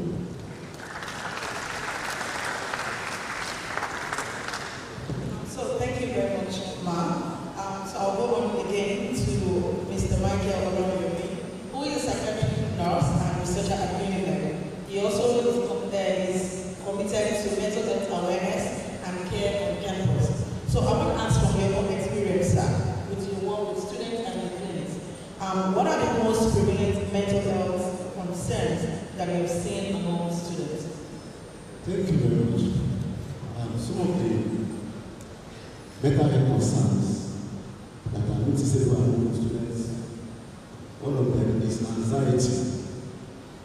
Due to academic workload, some students are having a lot of workload from the department, and they want to make sure they fulfill the department.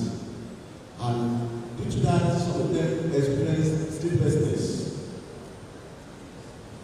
They are unable to sleep. We want to make sure they stay awake overnight to finish up with the work they have, the assignments, the project, the seminar work. And when they come to the clinic, you want to look at them like, oh, this student has not been sleeping for some days, and this will even manifest in his physical or her physical health. So anxiety is there. You also have this depression. Some of them are not happy. They feel sad. Some of the students are from home that the parents are staying apart. I mean, the father said, oh, I'm not, it is not for your school fees. Go and meet your mother. After your mother has left the house, don't trouble me. And you see, this student will not be carrying the body upon his or her heart. How do I cope? My father has said, no, take care of this, and my mother is not able to do that. So, effect of broken home will reflect, and it gives me a concern to them. And we're not talking about substance abuse. Some of them, they take substance use in order to fight this depression. And it is not good to be using drugs to fight depression. There are other coping mechanisms you have to adapt and effectively use to cope with situations of life. So all these put together are major mental health concerns among the students. Thank you very much. Thank you so much, sir.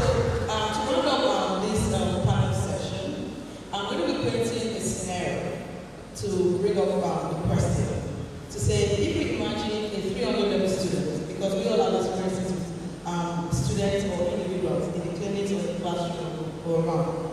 A parallel student who is working night shifts, doing other things, other jobs, struggling to pay fees, failing courses, and as well withdrawing social. So my question is from your own professional perspective. How would you respond to support these students from your own angle? Since we have a lot of students here, so we want to know how you would respond to support these students. Let's start with the Professor Akinsulore. Thank you, sir. Thank you. This is a very practical question. This is what we see, not just in Futa here. We see them also in Ife, we see them all around. And we need to approach that situation with empathy. Empathy means that trying as much as possible to put ourselves in that person's shoe, and also with concern. And one of the potential response that I will first tell this person is to let the person know that I actually understand, or I'm trying to understand what is going through, that is struggling, what is struggling with recently. And working at night or night shift and struggling, it's a very tough thing, because that is actually the time you're supposed to also read and as well study. And this affects the financial stress. So one of the things I want to look at, I'll first look at the financial struggle this person is going through. I want to understand it. What are the financial struggles? And I would try to look around the school to see options that it could have. The options of scholarship. For example, I am also part of our student committee in our school. That is, what we do is that there are different options that we have. We can actually ask a lecturer.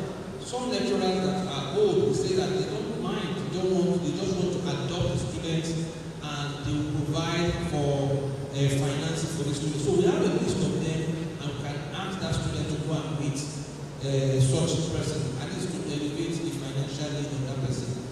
Then our own college also has some stipend that they give to students to be able to help them. So if they are indigent students and we are able to know that this person does not really have, you can also give. Then there's this option that students actually work at a certain, maybe not very long number of hours, but at least they work a little bit and be able to earn. These are things that I can help them to be able to see in terms of the financial struggle. Another area I want to look at is the academic challenges. We can sit down to discuss how to manage his coursework, how to manage his time management, and also the study skills. There are some of us that are people that can study by reading. There are some of us that it's easier for that person to listen. So that kind of person, if it's a good listener, I can ask him that if he has a phone, why not bring some of your notes into your phone and listen to it?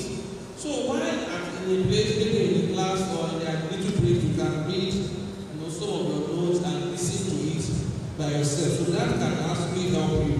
And we find a way to manage all this together. That is the coursework, time management, and reading skills. Then the social withdrawal, we need to address that too. Because if this person is withdrawing from the society, it won't help. Our society helps to check on us. So I will encourage that kind of person to join a group, either as a Christian, as a Muslim, join a group that this kind of group can also serve as help. And one thing I'll let the person know that you are not alone. You are not just the only one passing through this. And people have passed through this thing in the past and they have succeeded. And yours will not be the first. So why don't let them know that many students are facing this? Because sometimes people think that they are the only one facing such problem. And that makes them feel hopeless and things like that. And I'll tell the person that if that person can work together with us or work with the counselor or school, can look at options, ways to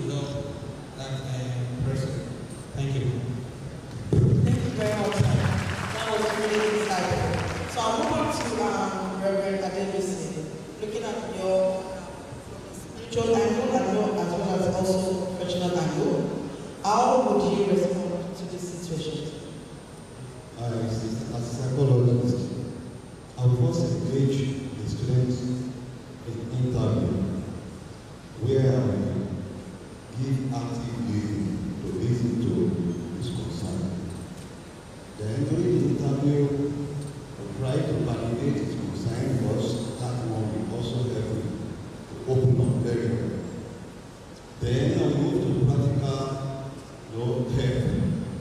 This practical help is divided into about 2 or 3. One, budgeting and financial planning. I will involve in budgeting and financial planning. I mean, plan, have a good plan.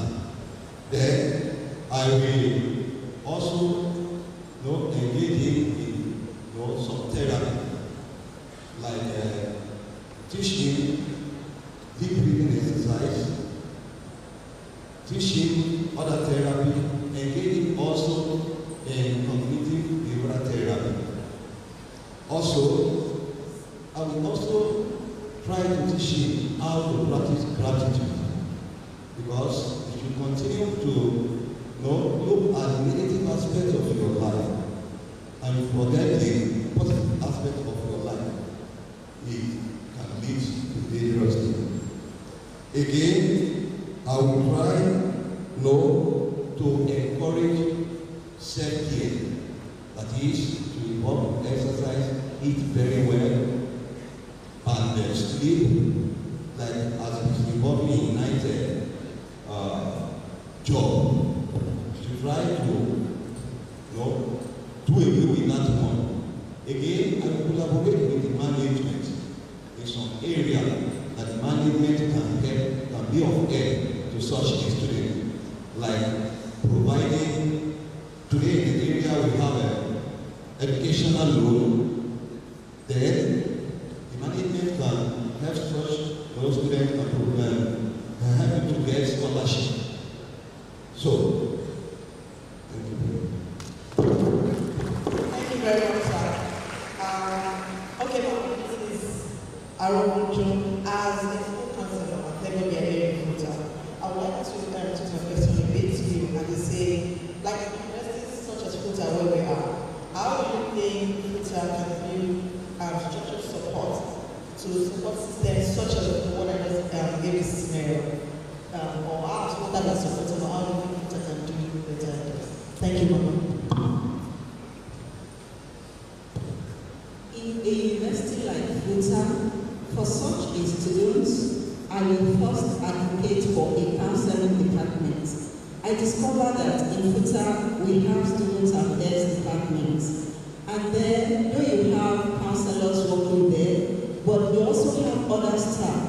And in that department, if a student have a problem, and the student comes in, meeting a non-professional at the entrance, the first question that student will be asked is, what do you want?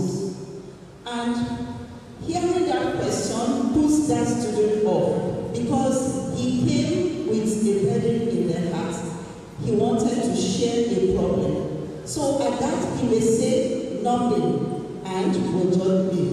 But if there is a counseling department quite separate from the students and their units, whereby you have only professionals, and a student like that comes in just at the door, when the counselor sees the student, the counselor knows that this student has a problem that needs intervention. And the first thing the counselor will do will be to welcome the student, allow the student to sit down, and then interview the student and have a session. And with that session, that student will be asked to come back. So the first thing I will advocate for in Futa is having a counseling department separate from the student affairs department. Secondly, for such students, the student will need to be enlightened on having an optimistic and a positive mindset, because our mindset determines defines who we are. Our mindset determines our personality. So for such students, that's why we need to be enlightened, to be educated that whatever problem he or she goes through, that is not the end of life, and he is not the only one going through it. There are other students, other people who have undergone such challenges, and they were able to navigate.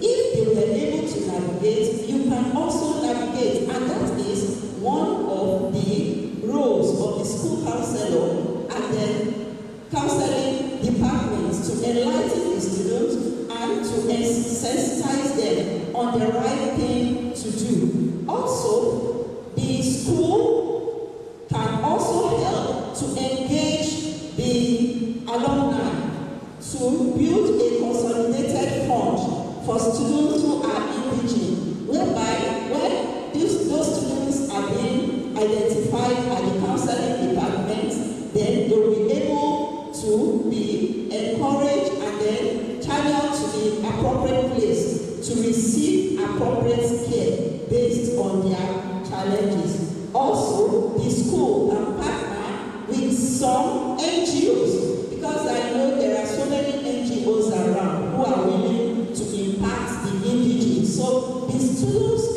the school can sort out such NGOs who are willing to impact the indigent, collaborate with them, and help to create a support system for the indigent students. Lastly, for FUTA, they can also help to provide bursary from the school, or collaborate with the state government, with the federal government, to provide bursary for the indigent students. Thank you. Lastly, thank you very much, ma'am. So lastly, sir, I'll take your last question. Can you give us one recommendation you would offer to help Nigerians to safeguard their mental health during this hard time?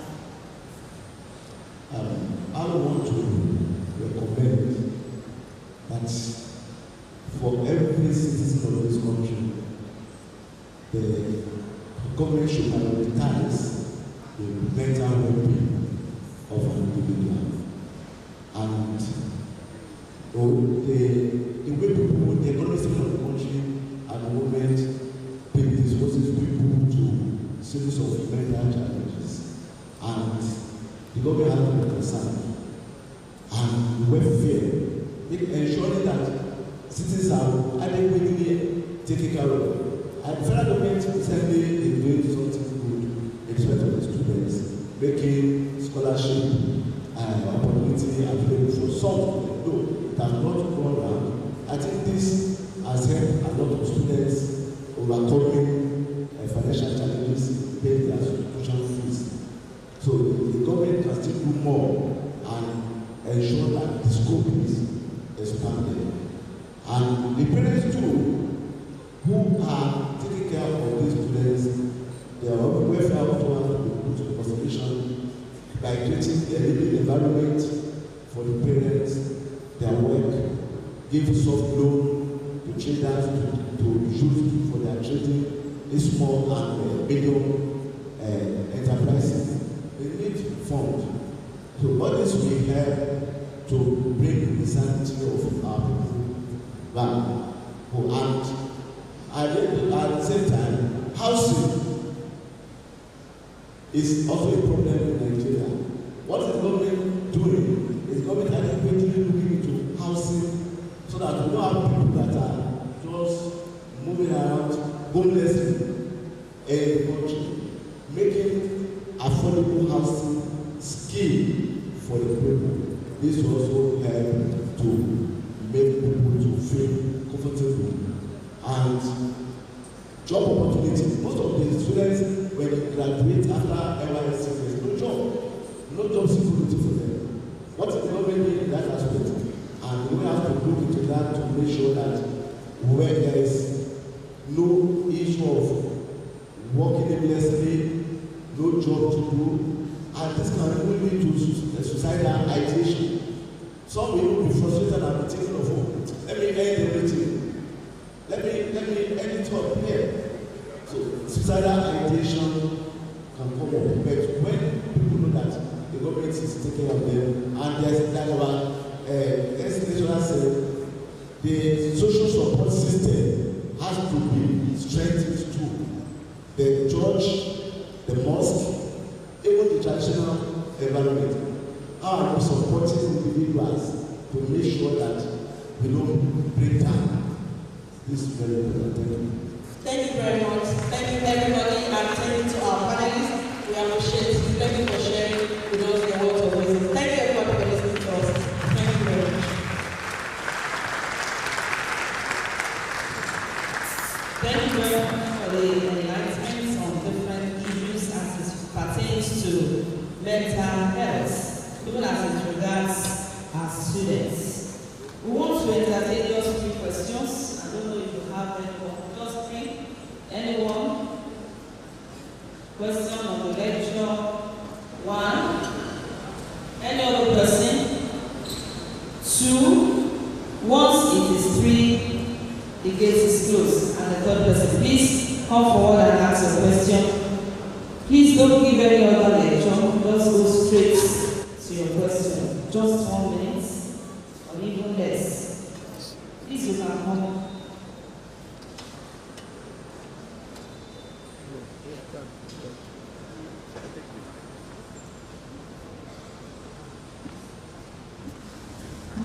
Thank you, Ms. Lecturer. The lecture is so fascinating, very interesting. My question is the general belief that human beings will have 5 minutes like this? And I want to confirm if this is true or not, sir. Is it that all humans have 5 minutes madness? Thank you. Thank you, number 2. Please come. Okay, good afternoon, everyone. My question is, what effect does drugs like sleep inhibitors, what they have on our mental health as students? What effects they have on our mental health? Thank you. Good afternoon. So first of all, I want to appreciate the convener and those for this wonderful program.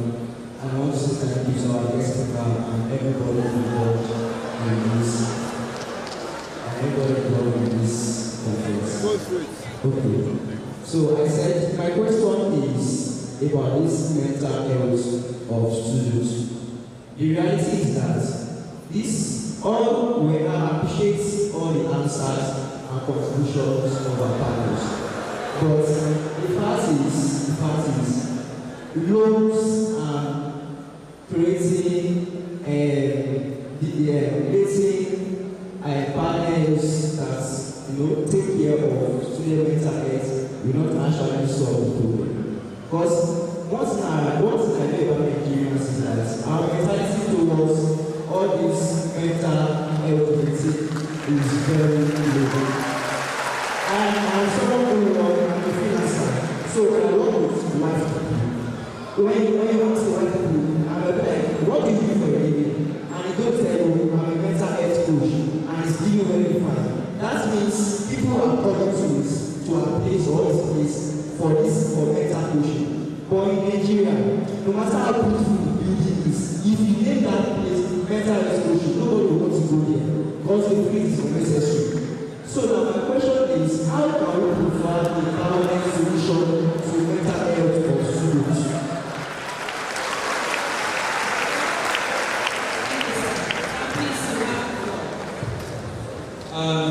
Thank you very much. I'd like to start from the last speaker. I would first like to appreciate him for airing his own concerns and talking about the policy. In life, there's nothing that is permanent. We all know, for example, if you are given the medication to treat malaria this week, in the next 1 or 2 or 3 months again, if you are bitten by the mosquito, female anopheles mosquito, malaria will come again and repeat. So there is no permanent solution to anything in this life. But the very important thing is that ability to stand stress, ability to understand from past mistakes, ability to be able to learn from what has happened and move forward. That's the solution. So saying that provide a permanent solution for mental health issues, I don't have. And I can tell you that you ask anybody, there's none. But there are ways in which we can manage our health. And that's what I'm trying to be able to tell you. Well, that's maybe the second person actually mentioned the issue of stimulants, something that stimulates people not to sleep. There are drugs that people take that makes them to stay awake so that they can read. But you see, sleep has a lot of activities, has a lot of ways that helps us. For example, when you sleep, the body is relaxed and the body is able to build from problems of the day. If you have wounds, if you have anything, the body builds up during that time. So if you don't sleep, the person becomes, it's as if the brain is working 24/7. So what happens to that kind of person? The person becomes alert. And sometimes when somebody takes this kind of drug, it is when they are early in the morning, when they are supposed to go for exam. Some of them, you see them, they come late to the exam. Why? They didn't sleep overnight. By 4 in the morning, they will now sleep. Exam is 8 o'clock. They will sleep till 9. And they rush. So sometimes, staying with these drugs makes our brain to be in a state which we call an overdrive. And it overstimulates the brain. And it will cause a lot of damages to the brain. Because there's an area of the brain that we call the ventral tegmental area. This area of the brain releases dopamine. And what this drug does is that to stimulate dopamine into our system. And once dopamine is increased into the system, it's as if we are high. And if you are not careful, people can get addicted to some of these drugs.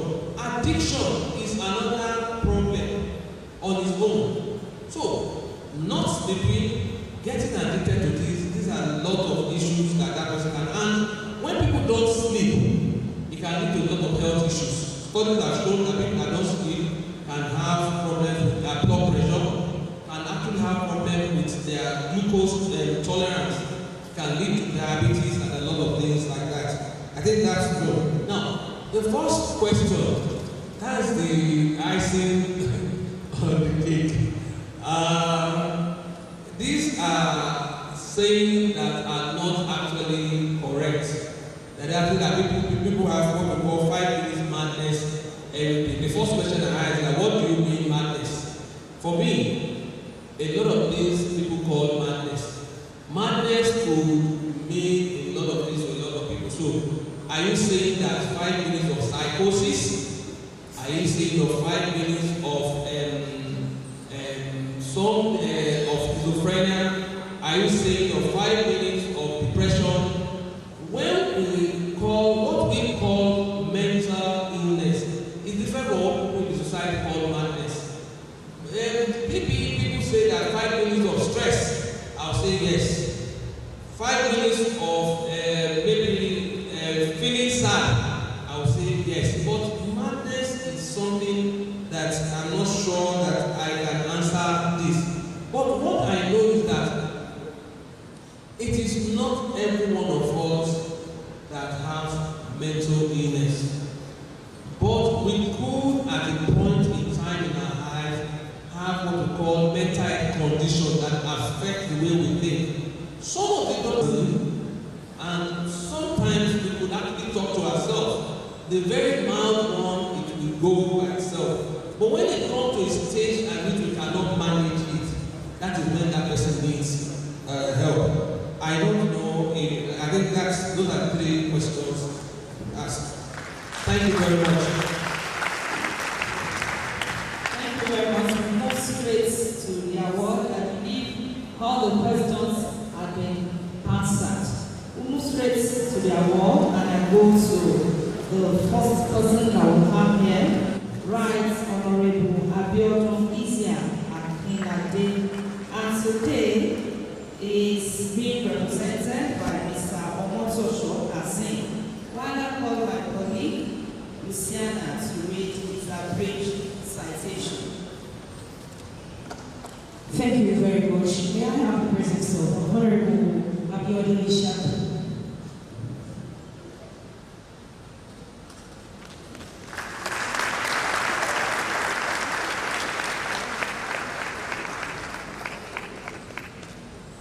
Right Honorable Adesanmi, fondly known as Baba KKK, was born on March 21st, 1967. Known for his leadership, political acumen, and philanthropy, he has dedicated his life to serving his community.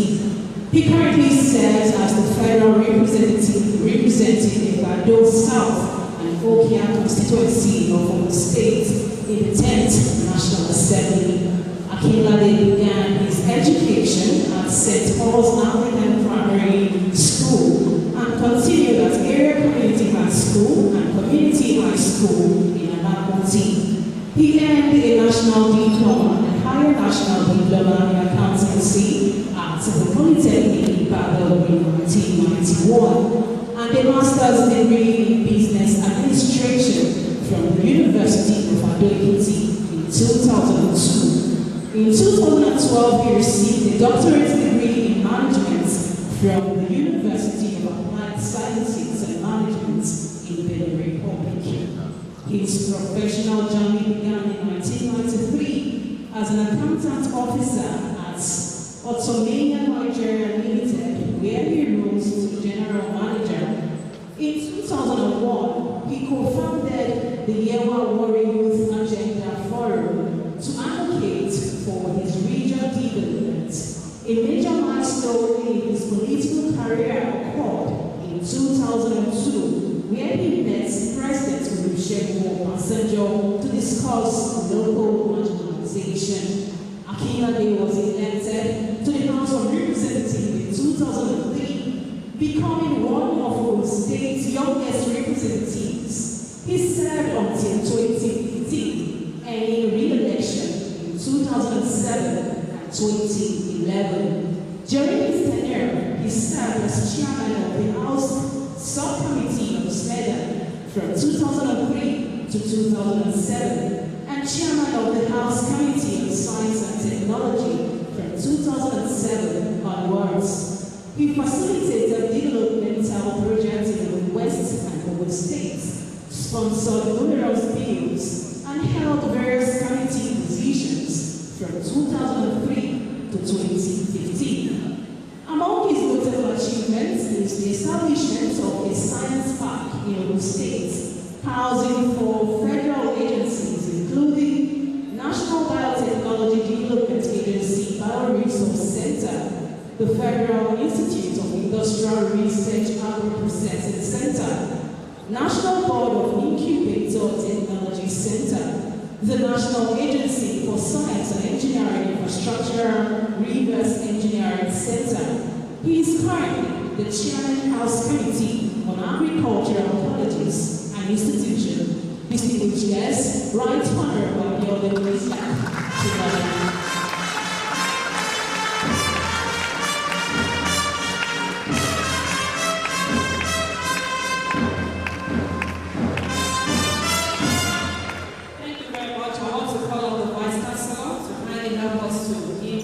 The award to our honorable.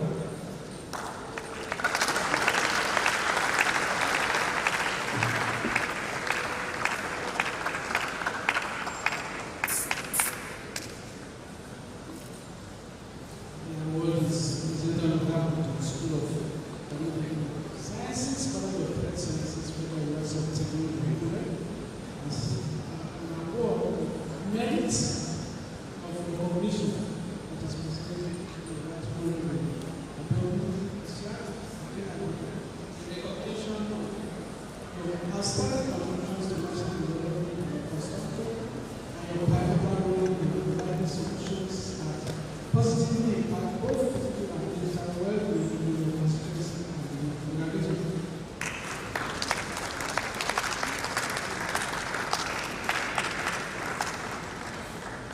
Thank you very much, sir. Congratulations. I go to the next person, Professor Adesanmi, the pioneer field of SBMS.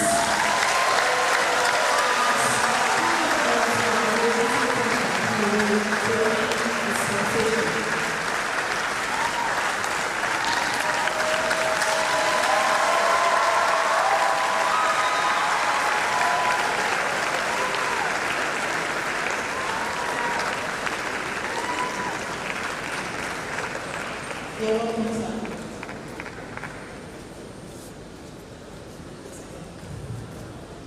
Today I'll be reading the citation of Professor Adesanmi.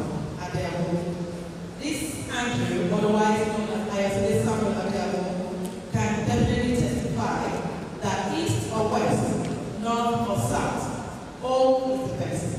This testimony remains Adesanmi's best description of his experiences since returning to his homeland in 2016.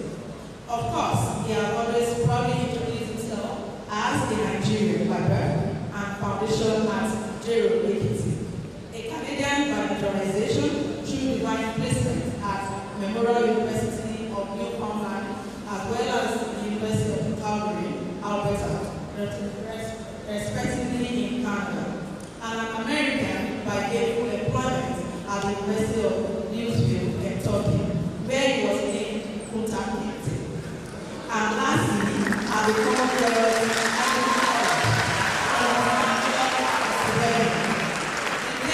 Dr. Adesanmi received a tenure track assistant professor position at the University of Louisville, Kentucky in January 1994. He started the 21st century with a promotion with tenure to the rank of assistant professor of physiology and biophysics on January 1, 2020. He was appointed as a tenure professor of pathology and physiology at the Commonwealth Medical College, Scranton, Pennsylvania, an appointment he held until 2017. At CMC, he was a distinguished cross-disciplinary teacher of pharmacology, physiology, neuroscience, and pathophysiology in the institution's medical or biomedical sciences program. Dr. Adesanmi undoubtedly had a worthy medical education and biomedical research career in his 29 years sojourn in the diaspora. As a full-fledged returnee to Nigeria in 2016, our awardee of today and his team of talented lecturers fought and endured all battlefield conditions to finally winning the coveted National University Commission approval for TAS NDS program in 2021. At age 70, our awardee has continued to impact knowledge to undergraduate, bachelorette, and medical students. Professor Adesanmi is happily married to Mrs. Deborah Adesanmi and married with children. Sir, we are inspired by your doggedness and enthusiasm in continuing to contribute to the Civil Department, teaching mission, and the Federal University of Technology, Akure, Nigeria. Congratulations.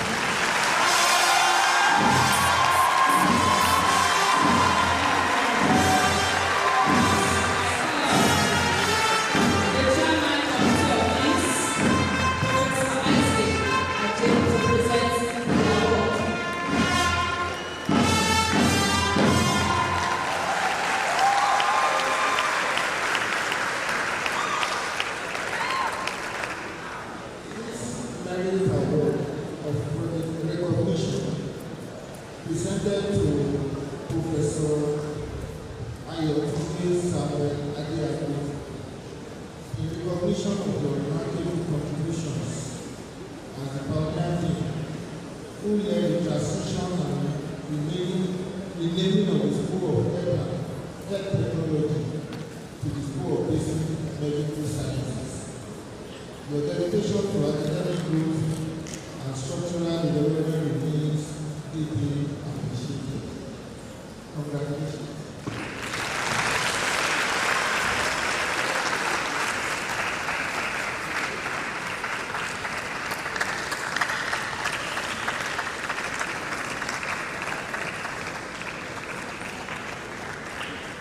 Thank you, sir.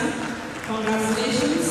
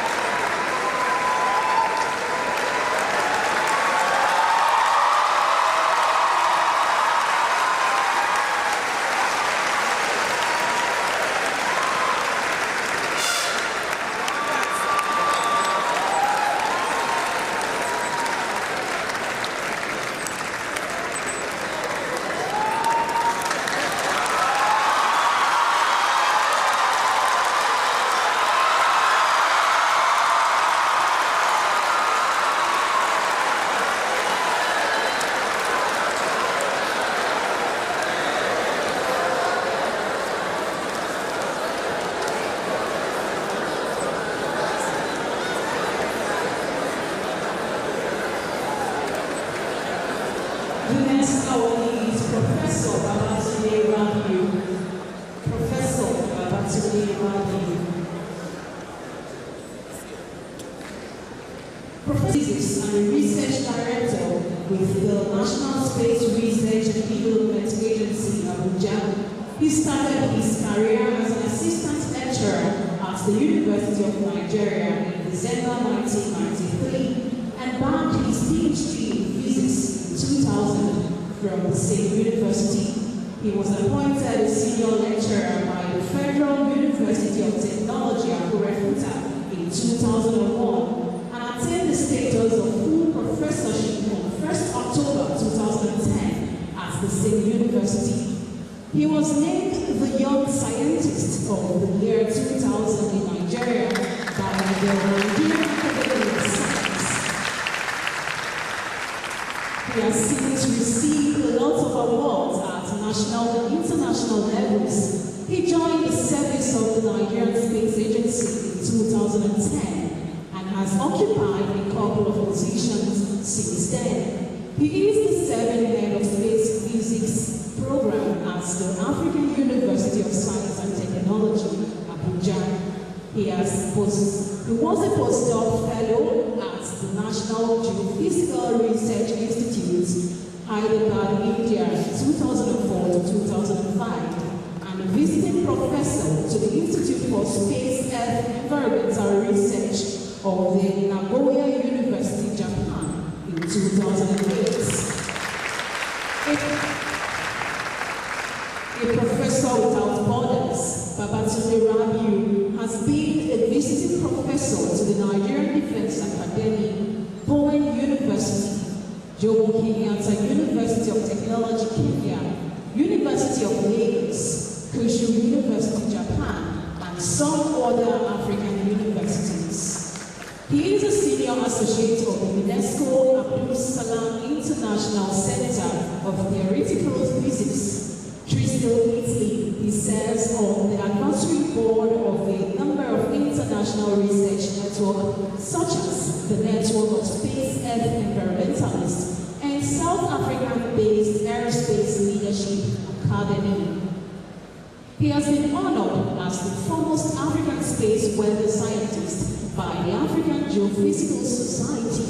Professor Rabiu served as the pioneer president of the African Geophysical Society between November 2012 and November 2016. He is a fellow of the Nigerian Institute of Physics, Royal Astronomical Society UK, Nigerian Geophysical Society, and Astronomical Society of Nigeria, among others.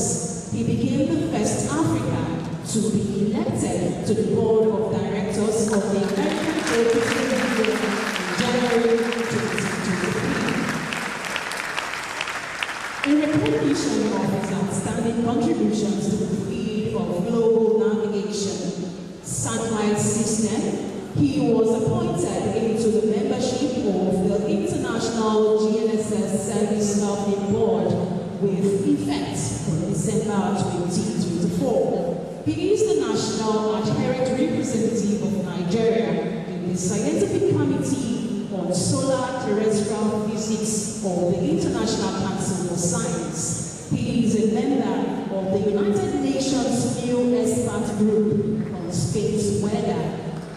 He has published over 150 scholar articles. He is a lead researcher. He is a lead researcher in several international collaborative projects. Professor Rabiu is a global scientist and an astute administrator. He is a fellow of the Nigerian Academy of Science. Congratulations.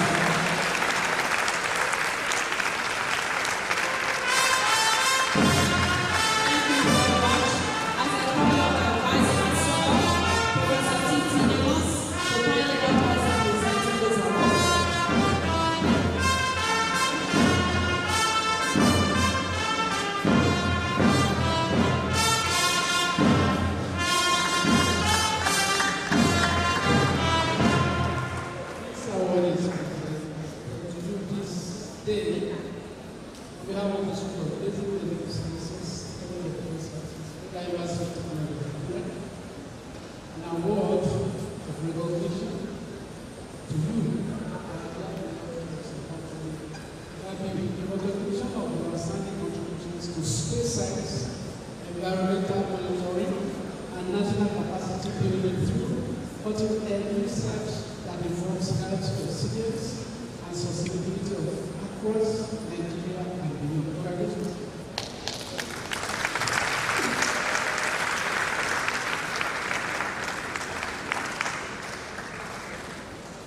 Thank you very much, sir. Congratulations. To the next award. The next award goes to Chief Engineer David Folorusho Omoya, FNSE. And today, he is being represented by Engineer Victor Okuchusi, MNSE. And they are requested by Mary White to join in this award. Yes, to join us in receiving this award, Professor Akinsulore.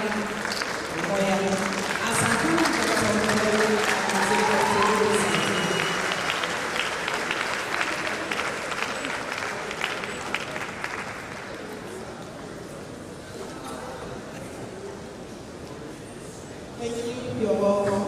So today again, I'm privileged to read the citation of Chief Engineer David Folorusho Omoya, FNSE, the Ologuala of Heritage Agency.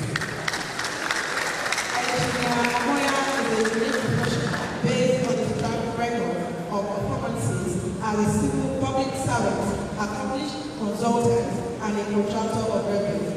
He is a registered civil engineer. He was born in 1960 at Ekiti, West Local Government Area of Ekiti State. Omoya is a trailblazer in the course of his education. He was one of the only 5 pupils with A in the class of 80 at the primary school living certificate at St. Paul Anglican United Primary School. He has consistently was the best overall student in the West African examination of 1978 and as well as Cambridge Advanced Level Examination in 1980. Again, in the university, he topped his class with 4.87 over 5 CGPA at the University. He proceeded this prestigious university full-time for his master's degree, and he also graduated with a distinction with scores in advanced mathematics and advanced statistics in 93% and 94% in 2006. Moving on, Engineer Omoya has done so much in his impressive career as an engineer, which lets you know that he established the Dromo International Company in 1992, and as well as the Omoya and Associates in 1994, and he has remained the Chief Executive Officer of both companies till date.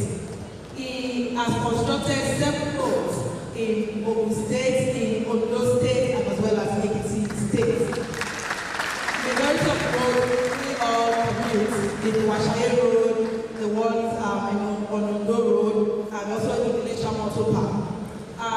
His company, Dromo International Company, is a household name in Ekiti State and as well as Ogun State.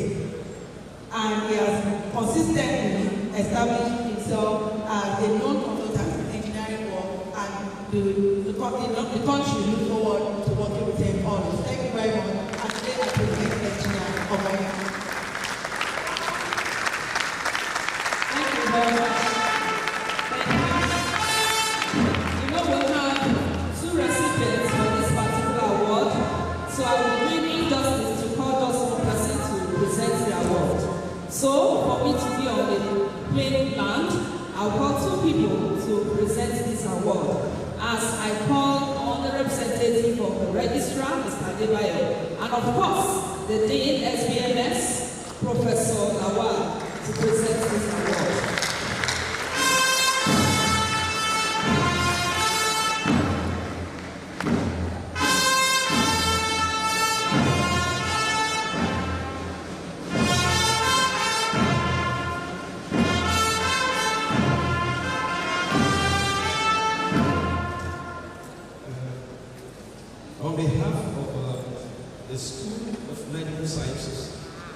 College of Health Sciences, we present this award in recognition to Engineer David Folorusho Oya, Fellow NSC, in recognition of your visionary leadership and unwavering commitment to infrastructural development that enhances public welfare, mental health, and economic resilience in underserved communities. This day, Tuesday, 24th of June, 2025.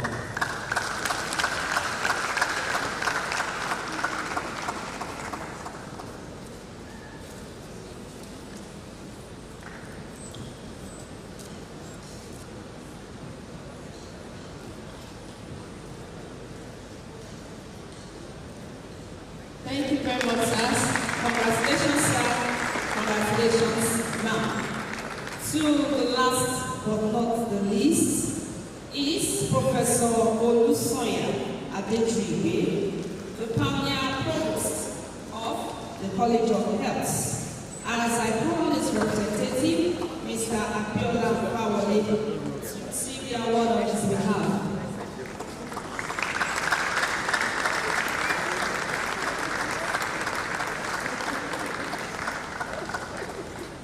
The citation of Professor Olusoya Adejuibe. Professor Olusoya Adejuibe was born on August 4th, 1952 in Akure, Edo State, Nigeria. He attended the Oyemeko Grammar School, Akure, from January 1964 to December 1968. He later attended the University of Ibadan, where he bagged Bachelor of Medicine, Bachelor of Surgery, and BBS in 1975. He had his residency training program at the Obafemi Awolowo University Teaching Hospital Complex from 1977 to 1984, when he became a fellow of the Medical College of Surgeons. He later became a fellow of the West African College of Surgeons in 1994. He became a professor of pediatric surgery at Obafemi Awolowo University on October 1st, 1995. He has over 16 publications to his credit. Professor Adejuibe has also distinguished himself in his chosen profession as a result of this. He won many awards of distinctions, among which are the Great Achievers Award from the Obafemi Awolowo University, United Commonwealth Medical Fellow from Birmingham, United Kingdom, and many others. He was the Provost, College of Health Sciences, Obafemi Awolowo University, Ilefe, from August 1999 to July 2003. Member University Governing Council, OAU, November 1999. Member Board of Management, Obafemi Awolowo University Teaching Hospital Complex, 2000 to July 2003. Professor Adejuibe belongs to many professional bodies, amongst which are the Nigerian Medical Association, the West African Society of Gastroenterology, the Medical and Dental Consultant Association of Nigeria, Fellow Faculty of Surgery,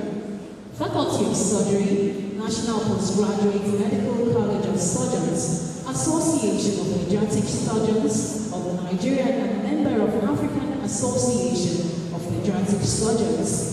He was appointed the Pioneer Provost College of Health Sciences, FUTA, in 2021. Prior to his appointment, he was appointed the Chief Medical Director and Chief Executive Officer of the Obafemi Awolowo University Teaching Hospital Complex on 21st November 2005. Since then, he has served in many other capacities within and outside Nigeria. He is an erudite scholar and committed to the welfare of staff and patients. He is happily married to Professor Mrs. Eboluwa Adejuibe of Department of Pediatrics and Child Health, Obafemi Awolowo University, Ilefe, and blessed with children. Ladies and gentlemen, Professor Olusoya Adejuibe. Thank you very much. I bring up Professor Victor Okwaya to do the presentation of the award.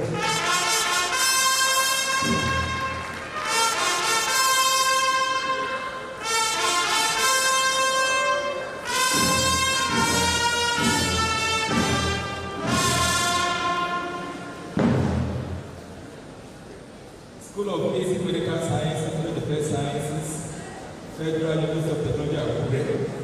Merit Award of Recognition, presented to Professor Olusoya Adedunike, the pioneer, leadership, and institutional visionary. In recognition of your trailblazing service as the pioneer provost of the College of Health Sciences and for your visionary leadership that laid the foundation for the growth and transformation of the School of Basic Medical Sciences, your legacy continues to shape academic excellences and institutional identity at FUTA. On this day, Tuesday, the 4th of June, 2025. Congratulations, sir.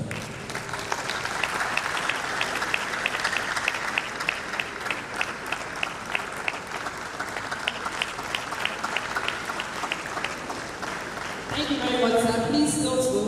Let's other awardees join you with our people on the top table for a group photograph. Please come with your award.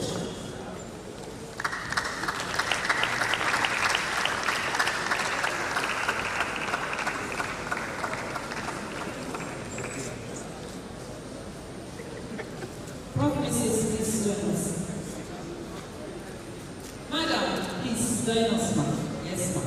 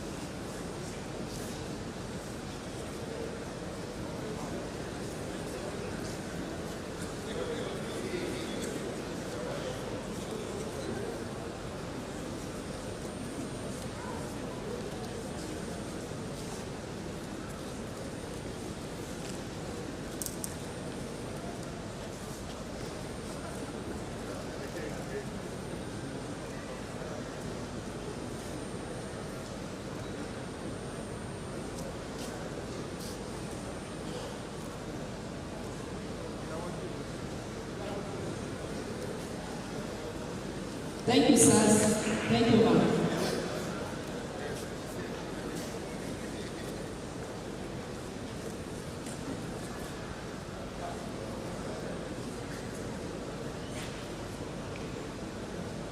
Thank you very much. Professor Rabi, please kindly respond on behalf of the audience.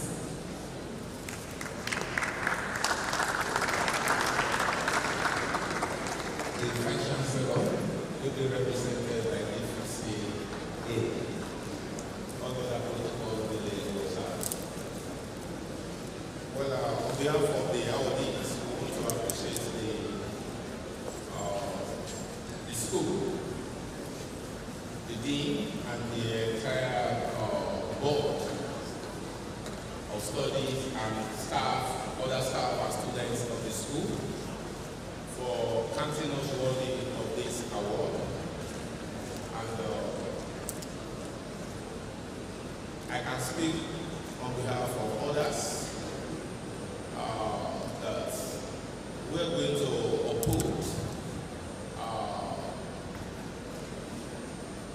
our interest in the school and the global community at large. We will be ready to support the school in any way to achieve the purpose for which the school is being set up. There are a lot of programs, a lot of activities that we can actually come in to help the school with. But most importantly, I believe the dean knows the capability of the committee, they know the capability of individuals, and they can always reach out to us via our phones, by WhatsApp, or by email. And I believe that we work together to make the school a pride of the university as a whole. Thank you very much.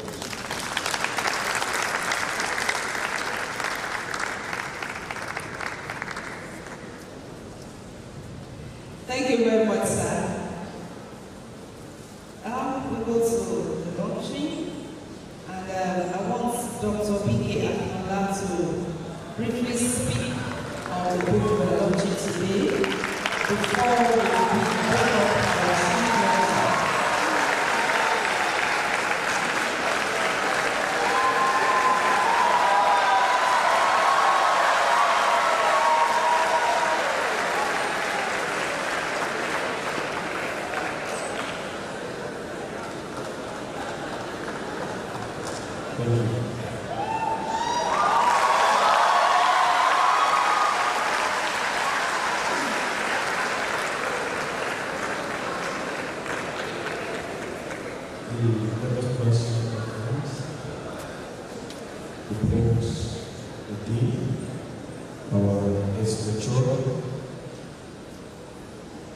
The representative of the University District, all invited guests, dignitaries, staff, and students. I want to quickly give a brief. It's a great honor that we are launching the second edition of our school magazine today. This magazine was first produced in 2019 and is named Health Focus. The objective is to educate people, the university community, staff and students on basic health situations. In the last edition, we spoke about a very important health concept, which is hypertension, the silent killer. In this edition, we have come up with another important health concept which is of interest to every one of us, and that is mental health. And I want to encourage everyone to make sure that you grab a copy of this magazine. By going through its pages, we are going to have a full detail of the guest lecturer's lecture of today. So, not only that, advances in mental health, such as gene therapy and the mental health disorders. What are the latest things now in the treatment and management of mental health conditions? Issues like dementia, you want to know what it is. You can check it out. How can we recognize signs and symptoms of dementia? Let me quickly say this. Sometimes ago, I encountered a student in this university while I was on a night shift at the University Center, and he came for clinical consultation. As soon as I saw and I asked him questions, immediately picked some signs that tells me there's a mental health problem here. So I put a call through to the father who happened to be a lecturer in the university.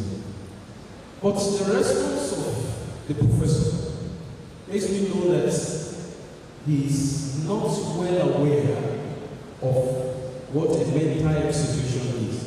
Even though he was a professor, he thought it was a demonic affliction. And while I was trying to explain, he was angry, thinking that I was calling something bad on the child. Eventually, we were able to explain that this is schizophrenia, a mental health condition that affects most people, including adolescents. And I'm sure you might want to know what is schizophrenia. You'll get it on the pages of this magazine. Several other things that are there. How to break free from addiction, substance abuse, how to maintain stress. You know, malaria and infection, is there a link to mental health? I'm sure this edition is going to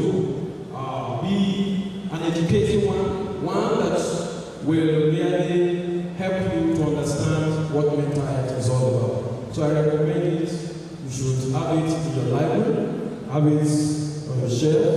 You can also buy it for your community. Thank you very much.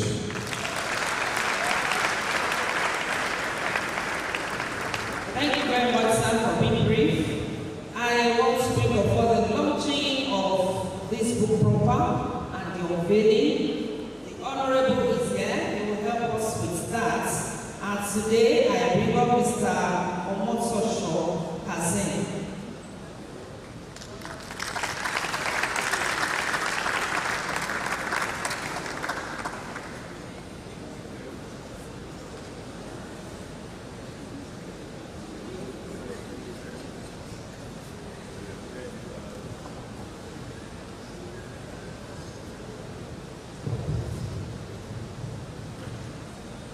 Good afternoon. The Vice Chancellor, Professor Adesanmi, Humanity, all protocol observed. My name is Omotosho Hazen, representing Right Honorable Abiodun Akinlade, the representative of Ebado South Ipokia Federal Constituency in Ogun State. I'm here to present his goodwill messages. I'm representing my boss, the Right Honorable Akinlade Abiodun, member representing Ebado South Ipokia Federal Constituency, the Chairman House Committee on Agricultural College and Institution. The tender is unreserved apology for not here today physically due to national assignment. And he promised to get in touch with the Vice Chancellor and the Dean of the college accordingly. He also promised to contribute his quota positively to the development of the institution and social basic medical sciences college. On this note, once again, I tender the apology on behalf of Right Honorable Abiodun Akinlade on his absence on this occasion. Thank you. God bless Peter. God bless Federal Republic of Nigeria, and God bless all of us. On the issue of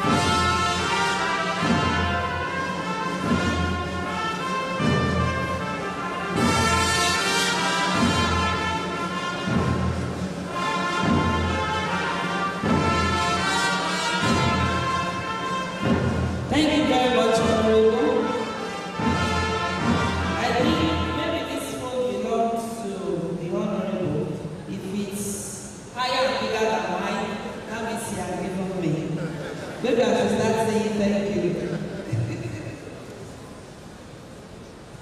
Thank you very much, sir. Straight to the vote of thanks. Gradually we are coming to the end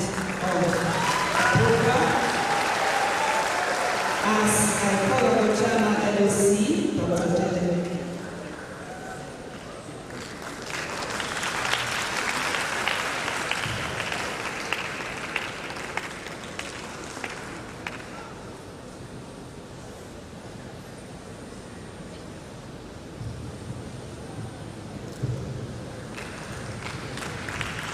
The Vice Chancellor, represented by the Deputy Vice Chancellor of Academics, our awardees, thank you for your presence. First and foremost, we give glory to God for making the second edition of the school annual lecture possible. We want to express our deep gratitude to the Vice Chancellor, Professor Adesanmi, for our willing support. We truly appreciate your support, ma'am. May future continue to prosper under your leadership. We also want to express our sincere thanks to our distinguished guest speaker, Professor Adesanmi Akinsulore, for sharing his profound insights on the theme, the mental health conundrum, maintaining sanity in the face of economic crisis. Your expertise and thought-provoking presentation are giving a deeper understanding of the critical issues and opportunities in the field. We are grateful, sir. Thank you so much. To all our guests present, thank you for honoring us with your presence. Your attendance has made this event truly special. We thank you all once again. We thank the Deputy Vice Chancellors, the principal officers, deans, directors, head of departments and academics, and non-academic staff of our university. We appreciate each one of you. On behalf of the team, we are greatly indebted to SBMS staff who generously supported this event financially and morally. Your generosity has made this event possible and truly represents our school spirit of giving. Great Futurians. Great Futurians. We thank you all on behalf of the team and local organizing committee for contributing to the successful event. You've been with us since yesterday. Today you are here. I want to thank you especially for your support. We hope to see you at next year's lecture by God's grace. Thank you.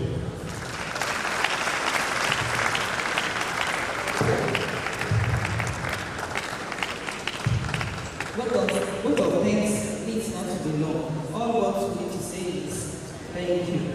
So, with that, we have come to the end of the program. As we stand up for the university as well as the national anthem.